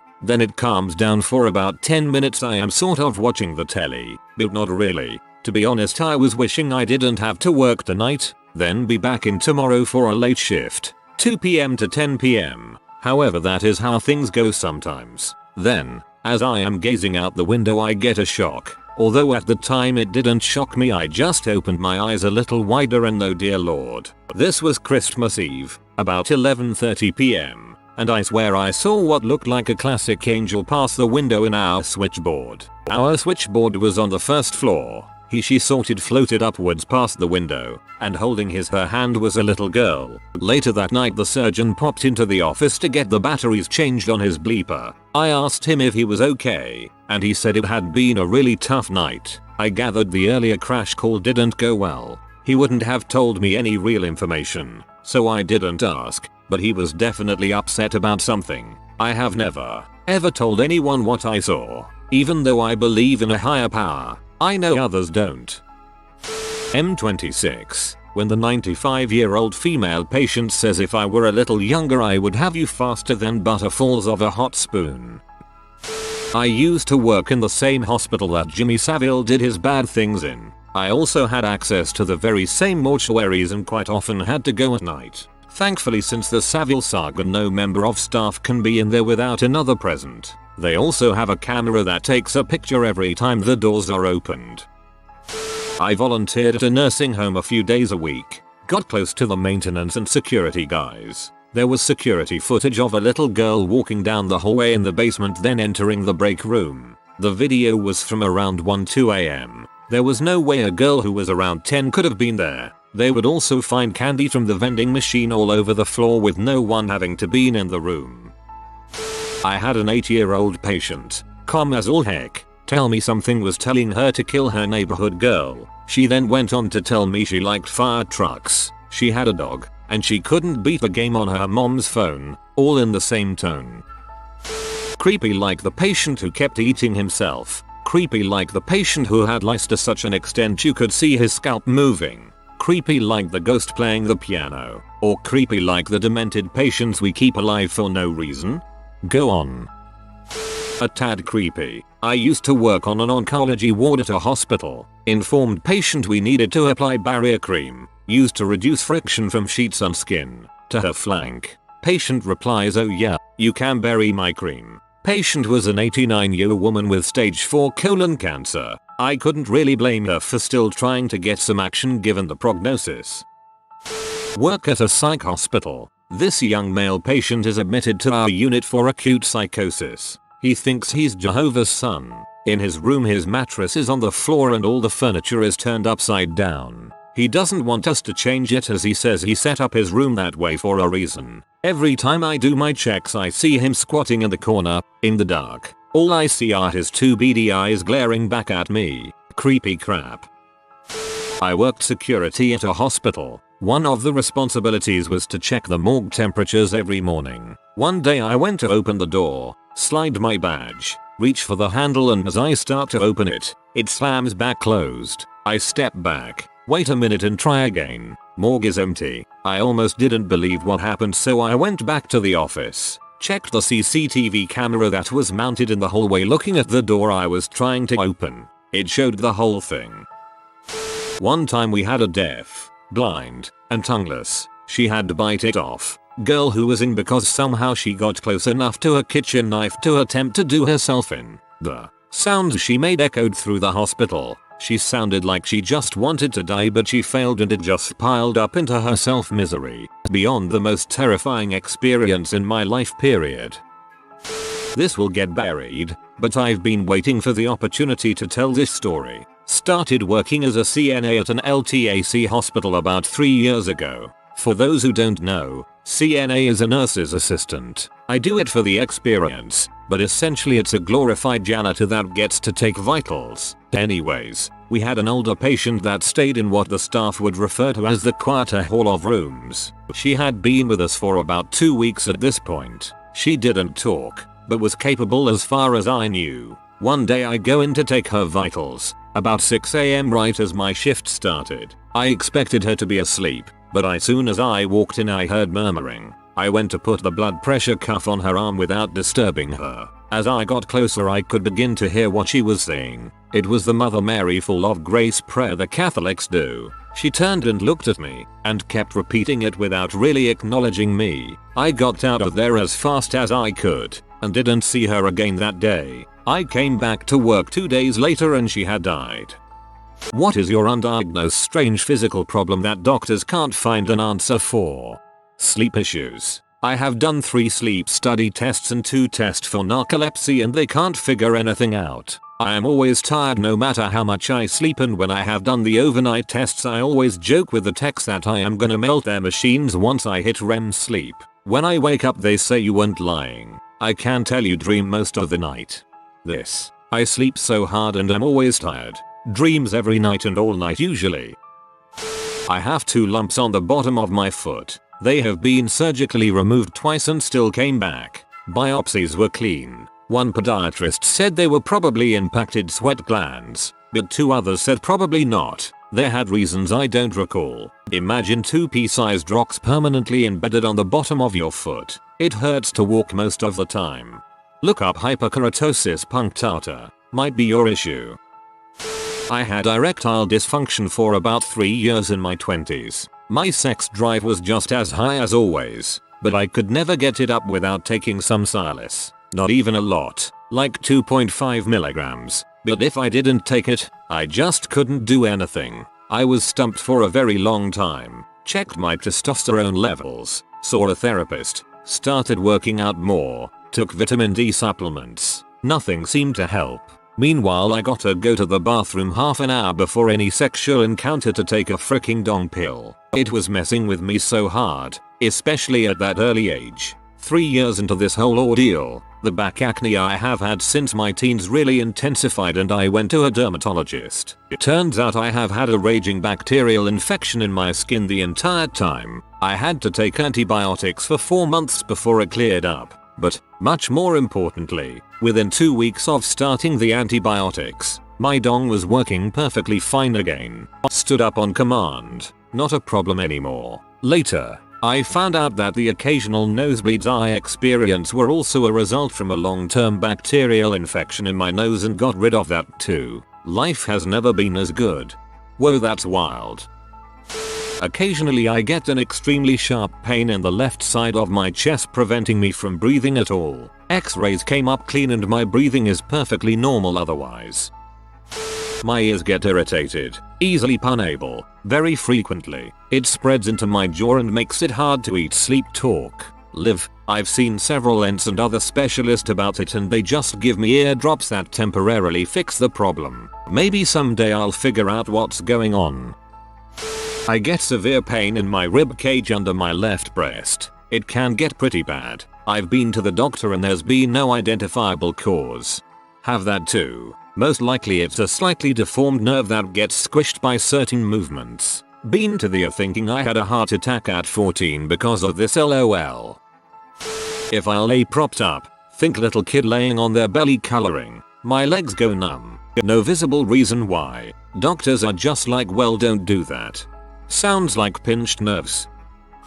Caveat: I did get a diagnosis. I spent about 4 months in my early 20s with excruciating, but intermittent joint pain. It was like glass shards grinding between my bones. My knees, ankles, hips, elbows, and lower back. I would wake up in the morning and cry while I was trying to bend my legs enough to step into the shower. I was severely depressed. I went to rheumatologists, and they had no answers. My inflammation markers were enough above normal that they believed me, but not scary high. They tested me for Lyme, hepatitis, RA, etc. Turns out I had a bad seal in the trunk of my car, which created a puddle in the hidden area with the spare tire, which grew mold, soaked in bleach, dried on a sunny day, and my symptoms went away slowly over a couple weeks. Funny thing is that they asked if I was being exposed to mold, but I didn't have any reason to think that I was, which led me to wonder in retrospect, how many people don't know that is what is causing their problems? I have an itch right in the middle of the bottom of my foot. I've been to doctors and dermatologists and there is nothing they can find wrong with it. It only really itches at night, but it will get so bad I want to like rip through my skin. Best guess is it's something in my nervous system, but that is just because my doc had no other explanation. I'm tired all of the time, no matter how much I sleep. I could fall asleep anywhere at any time if I just had a minute to close my eyes. If the alarm didn't wake me up in the morning, I could sleep straight through until the next morning. Probably unrelated, but also weird, is that I have spells of not being able to get warm. If I get one of these cold spells I could go stand in the Florida sun in a parka and still feel freezing cold. What gives? A mystery allergy to something. I've eliminated everything possible. Now I've given up. Doctor did a biopsy to see what it is. Yup, I'm allergic to something. It's a skin allergy. I no longer use lotion. Switched body wash over 20 times. Switched shampoo conditioners. Switched laundry detergent. Now I only wash my clothes with vinegar. Still no change. Sometimes I can feel my heart trip up, like it actually misses a beat, then has 3-6 super hard beats before getting back to normal. My doctor says it's nothing but it feels like I'm about to die. I can sometimes hear my neck. It sounds like liquid passing through a tiny opening. It's so strange. Doctors listen for it but nothing ever comes to it. I get this sometimes too. The sound comes from the back of my head and seems to travel down my spine until about halfway down my neck.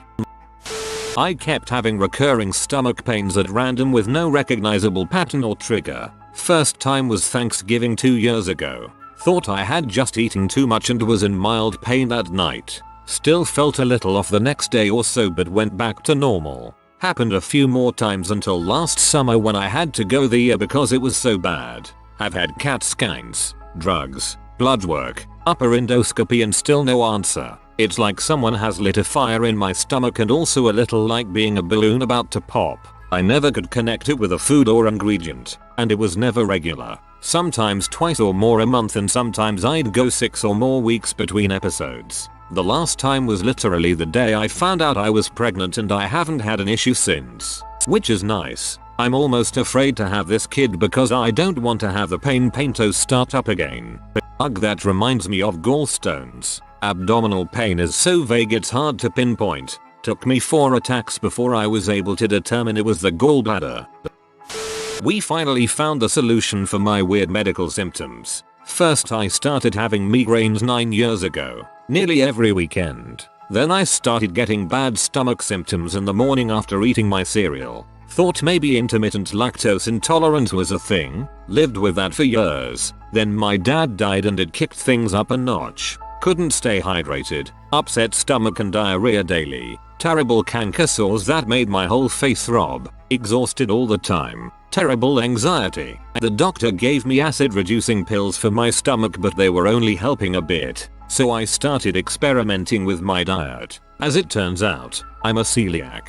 After 2 weeks without gluten I started getting better. I remember walking up from a nap one afternoon and not having a headache and thinking, do people normally feel good when they wake up? Felt amazing until I accidentally glutened myself for 3 weeks by not knowing that the chocolate chips at Starbucks actually contain cookie bits. All my symptoms came back and now I'm working through the 2-week period after going gluten-free before I start feeling better again.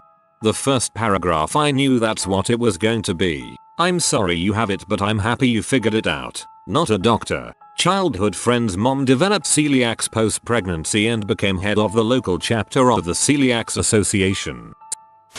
Freaky slow heart rate. I'm in pretty good shape but not a super athlete or anything. Typically my resting is mid-40s. When I first realized this I was at the doctor's and they did an EKG and my heart rate was 38. I was freaking out. The doctor, though it was funny, he gave me the EKG as a souvenir. I had patches of rough skin underneath my eyes. The skin started to itch when I was about 8 and I could never really explain how they felt to my parents. We went to the doctors who would prescribe different anti-itch creams for the patches to see if they would work, and sometimes they got me to stop and sometimes they didn't. I got glasses simply because they would hide the patches sorta when I was wearing them. It took one visit to a dermatologist when I was 16 for her to tell me I had eczema. How annoying to put up with something so simple to diagnose for so long. Same happened to me, but the itchy skin was on my eyelids. None of the creams could go around the eye, but I found that Visine allergy helped a lot. Sometimes I get a random shot of pain in my ankle when I run, jump, or anything that puts pressure on it. After that, the pain goes away like it was never there to begin with. I have it in my right ankle when I first take off to run. It pops funny and hurts for a moment. Then I literally shake it out. After that I can run normally. After my daughter was born, I had incredible hip pain to the point was walking around with a limp. Had an x-ray of the hips, pelvis, spine, and it showed early arthritis. Yay. I thought I was afflicted like my dad was at a young age. Move on with my limping life and start taking Motrin. Fast forward a couple years. Find a Lyme tick stuck on my leg. Remove it. Take it to my trusty doc and get treated with like a month's worth of Doxy. Hip and pelvic pain resolved. So the treatment for Lyme resolved the joint pain. I was being treated prophylactically because of said Lyme tick, and it turns out I actually had it to begin with. Go figure.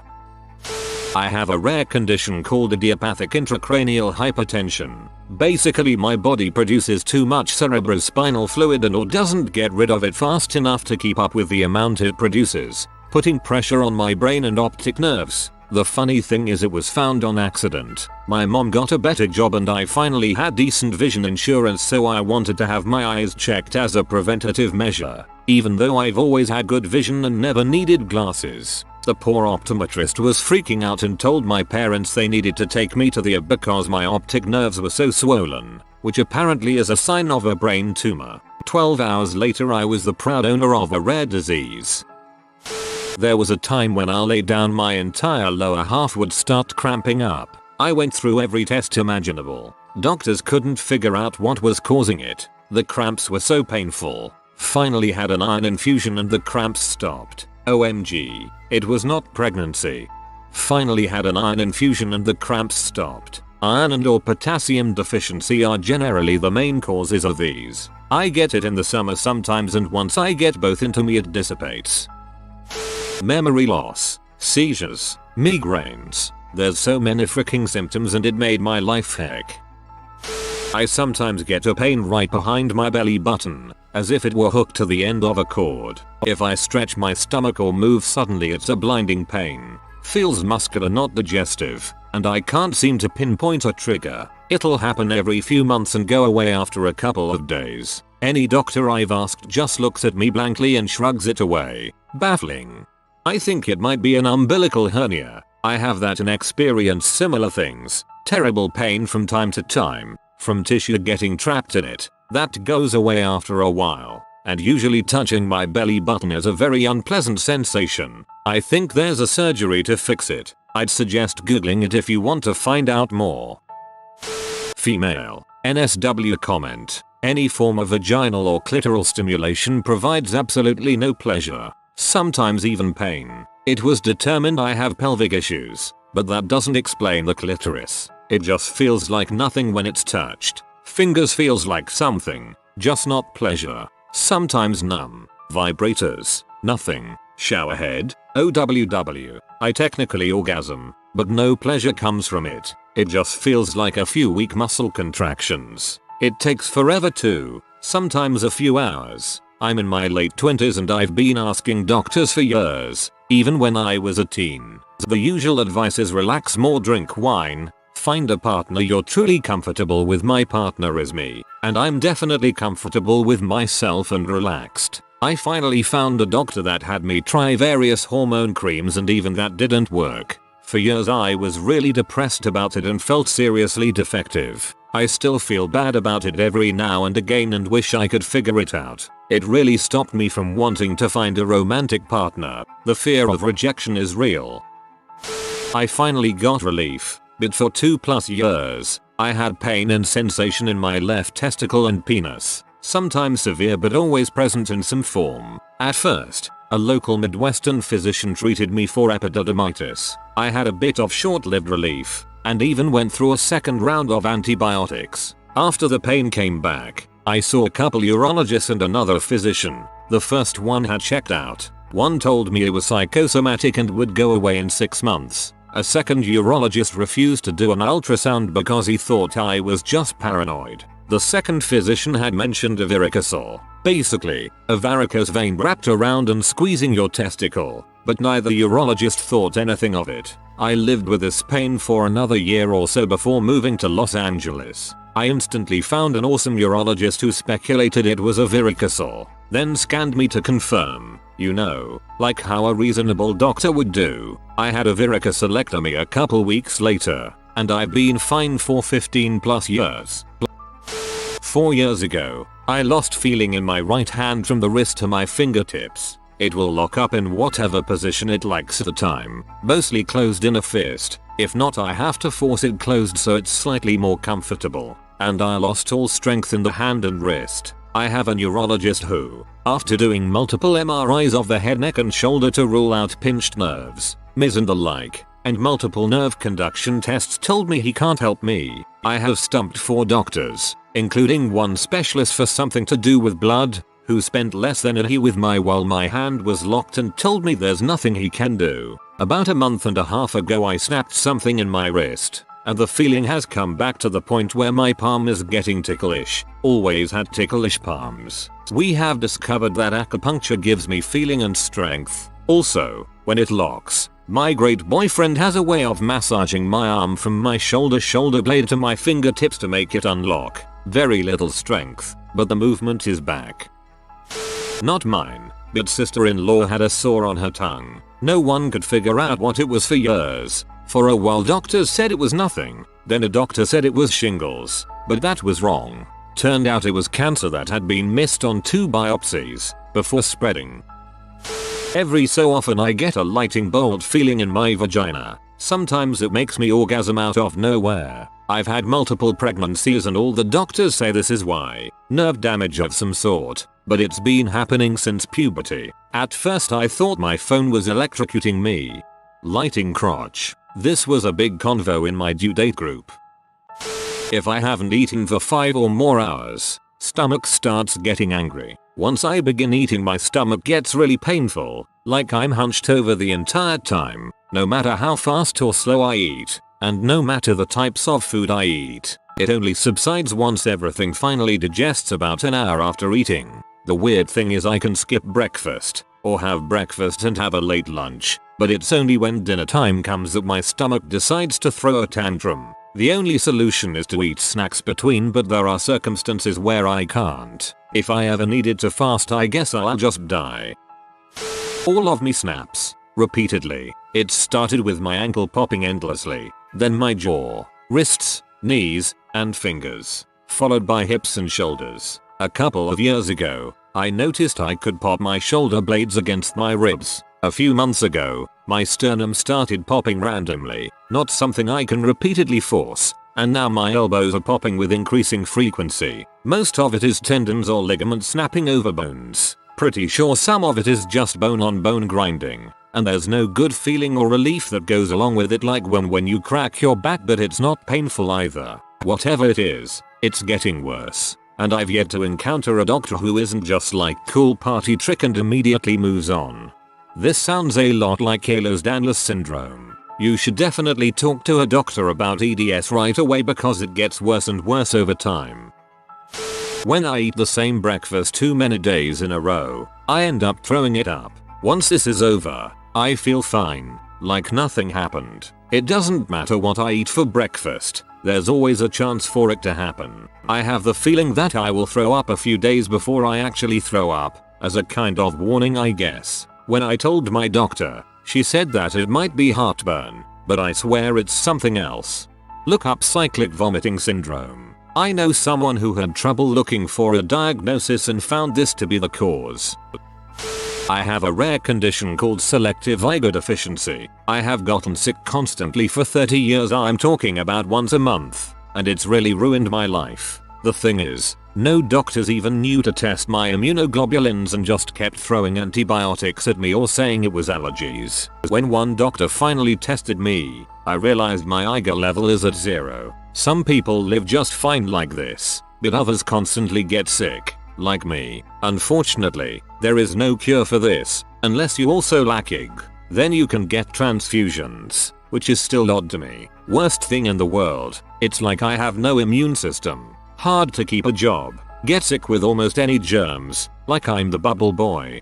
Some advice for you, if you don't have one already, get yourself some medical alert jewelry. It's because some people with selective igodeficiency need to have any blood transfusions irradiated due to having an anaphylactic reaction to the IgA antibodies in blood. Irradiating the blood takes out the antibodies and lowers the chance of it happening.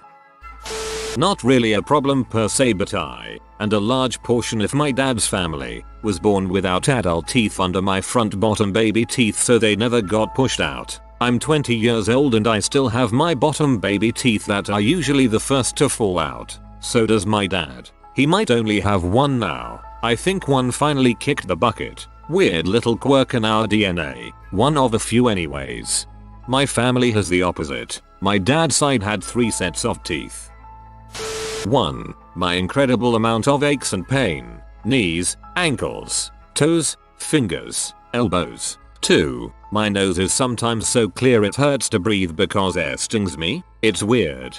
For the second thing, your nose is always supposed to have a layer of mucus in it to protect the sensitive lining of the nose. The mucus traps air particles so your nose can figure out what the heck is in the air. Smell. Also why dogs' noses are always wet. When this happens, your nose is probably almost completely dry, and so the lining can dry out and get chapped, cracked, like with chapped lips. Passing out in the shower. It's not that the shower is too hot, it just feels like the water is pushing down on me too hard. Passing out in the shower. That's dangerous as heck. Maybe wear a helmet when you shower. I have had 4 miscarriages in the last year. Have 2 healthy children from my only other pregnancies. No one can figure it out. Thanks for all your well wishes. I have done all the tests and absolutely nothing has come up with a red flag. I am also in the reproductive healthcare field, so it isn't like I'm not asking the right questions or don't know how to advocate for myself. Thank you for the advice. All these suggestions are great for others who are going through this, and boy do I wish my situation were as simple as any of these things. I'm sorry you're going through that. I cough a lot. I've been asked how much I smoke, not if I smoke, how much. I have never smoked in my life. I cough seemingly out of nowhere and fits can be bad enough. I've gotten quite dizzy. Every time I've gone to a doctor I've been told nothing's wrong. No obstructions in the lungs, no irritation, no asthma, no damage visible on an x-ray, no cancer. I just cough. It's not all the time. Sometimes I'll go a few days between coughing fits, but they'll show up again soon. My mom has the exact same problem. She's been coughing for at least 30 years. I think she told me it started after she got whooping cough, and the cough just never went away. It also seems like it gets triggered by random stuff if her phone rings, or if she stubs her toe. Really anything that bothers her, lol. She's even been to neurologists for it, but still haven't come up with anything. I get a weird allergic reaction to certain beers and wines, but not others. My throat and tongue swell up and get itchy and sore. I start having trouble breathing. I start dry coughing, hacking, and can't stop. My entire respiratory system just tries to leave my body. It's horrible while it's happening and lasts 6-8 hours each time. But it's not all beers or all wines, just certain brands, and I have no other reactions to anything else that shares ingredients. Doctor ran some tests, found nothing that would explain it. He just shrugged his shoulders and told me to avoid those brands. I felt horrible for about 4 months in 2014. Constant pain that moved around my body, unbearable fatigue. My joints were incredibly weak and unstable and constantly clunking and sticking. Limbs kept going numb. I was miserable. I went from doing cartwheels in December from barely being able to stand up in February. I was tested for everything from mono to Lyme to lupus to rheumatoid arthritis and more. At least 20 blood tests. Everything was normal, except my thyroid was a tad low, but that's worsened since and yet I feel much better than I did then. I was diagnosed with a mild form of Ehlers-Danlos syndrome based on my pain, history of joint dislocation, and extreme flexibility. I do think I have that, but what seemed like a frightening decline in my condition righted itself sometime in the summer and I've never felt like that since. So this was something more. I suspect low vitamin D may have played a role, though.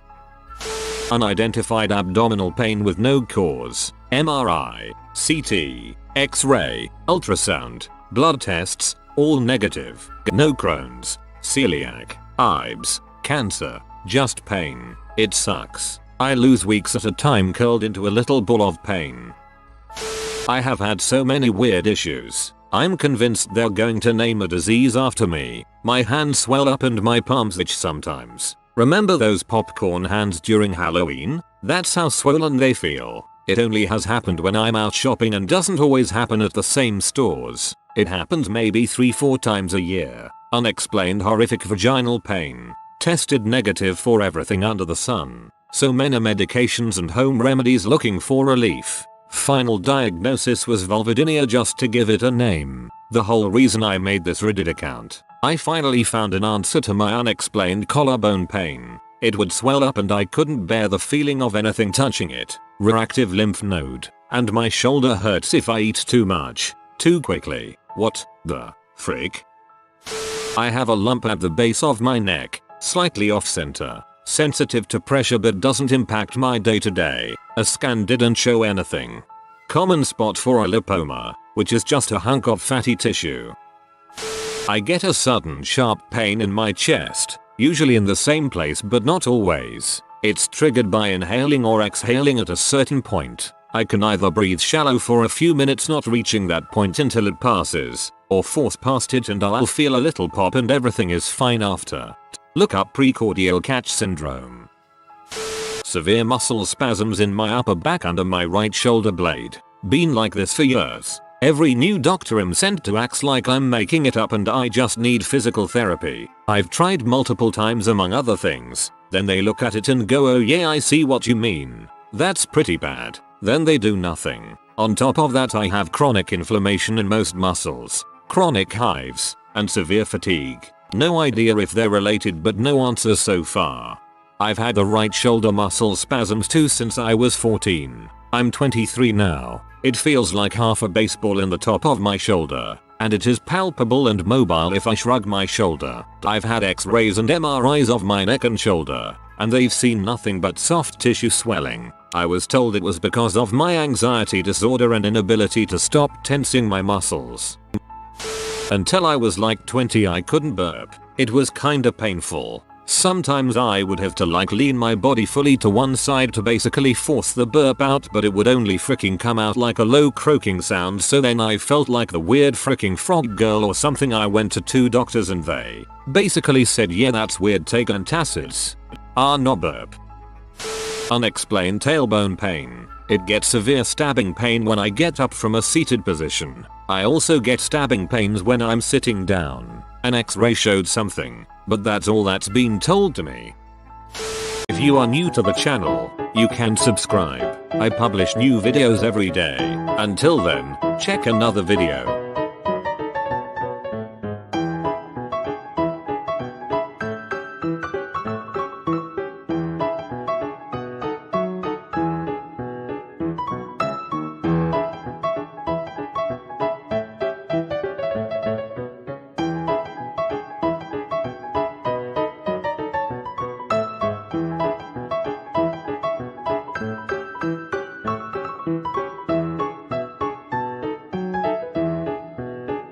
Bye for now.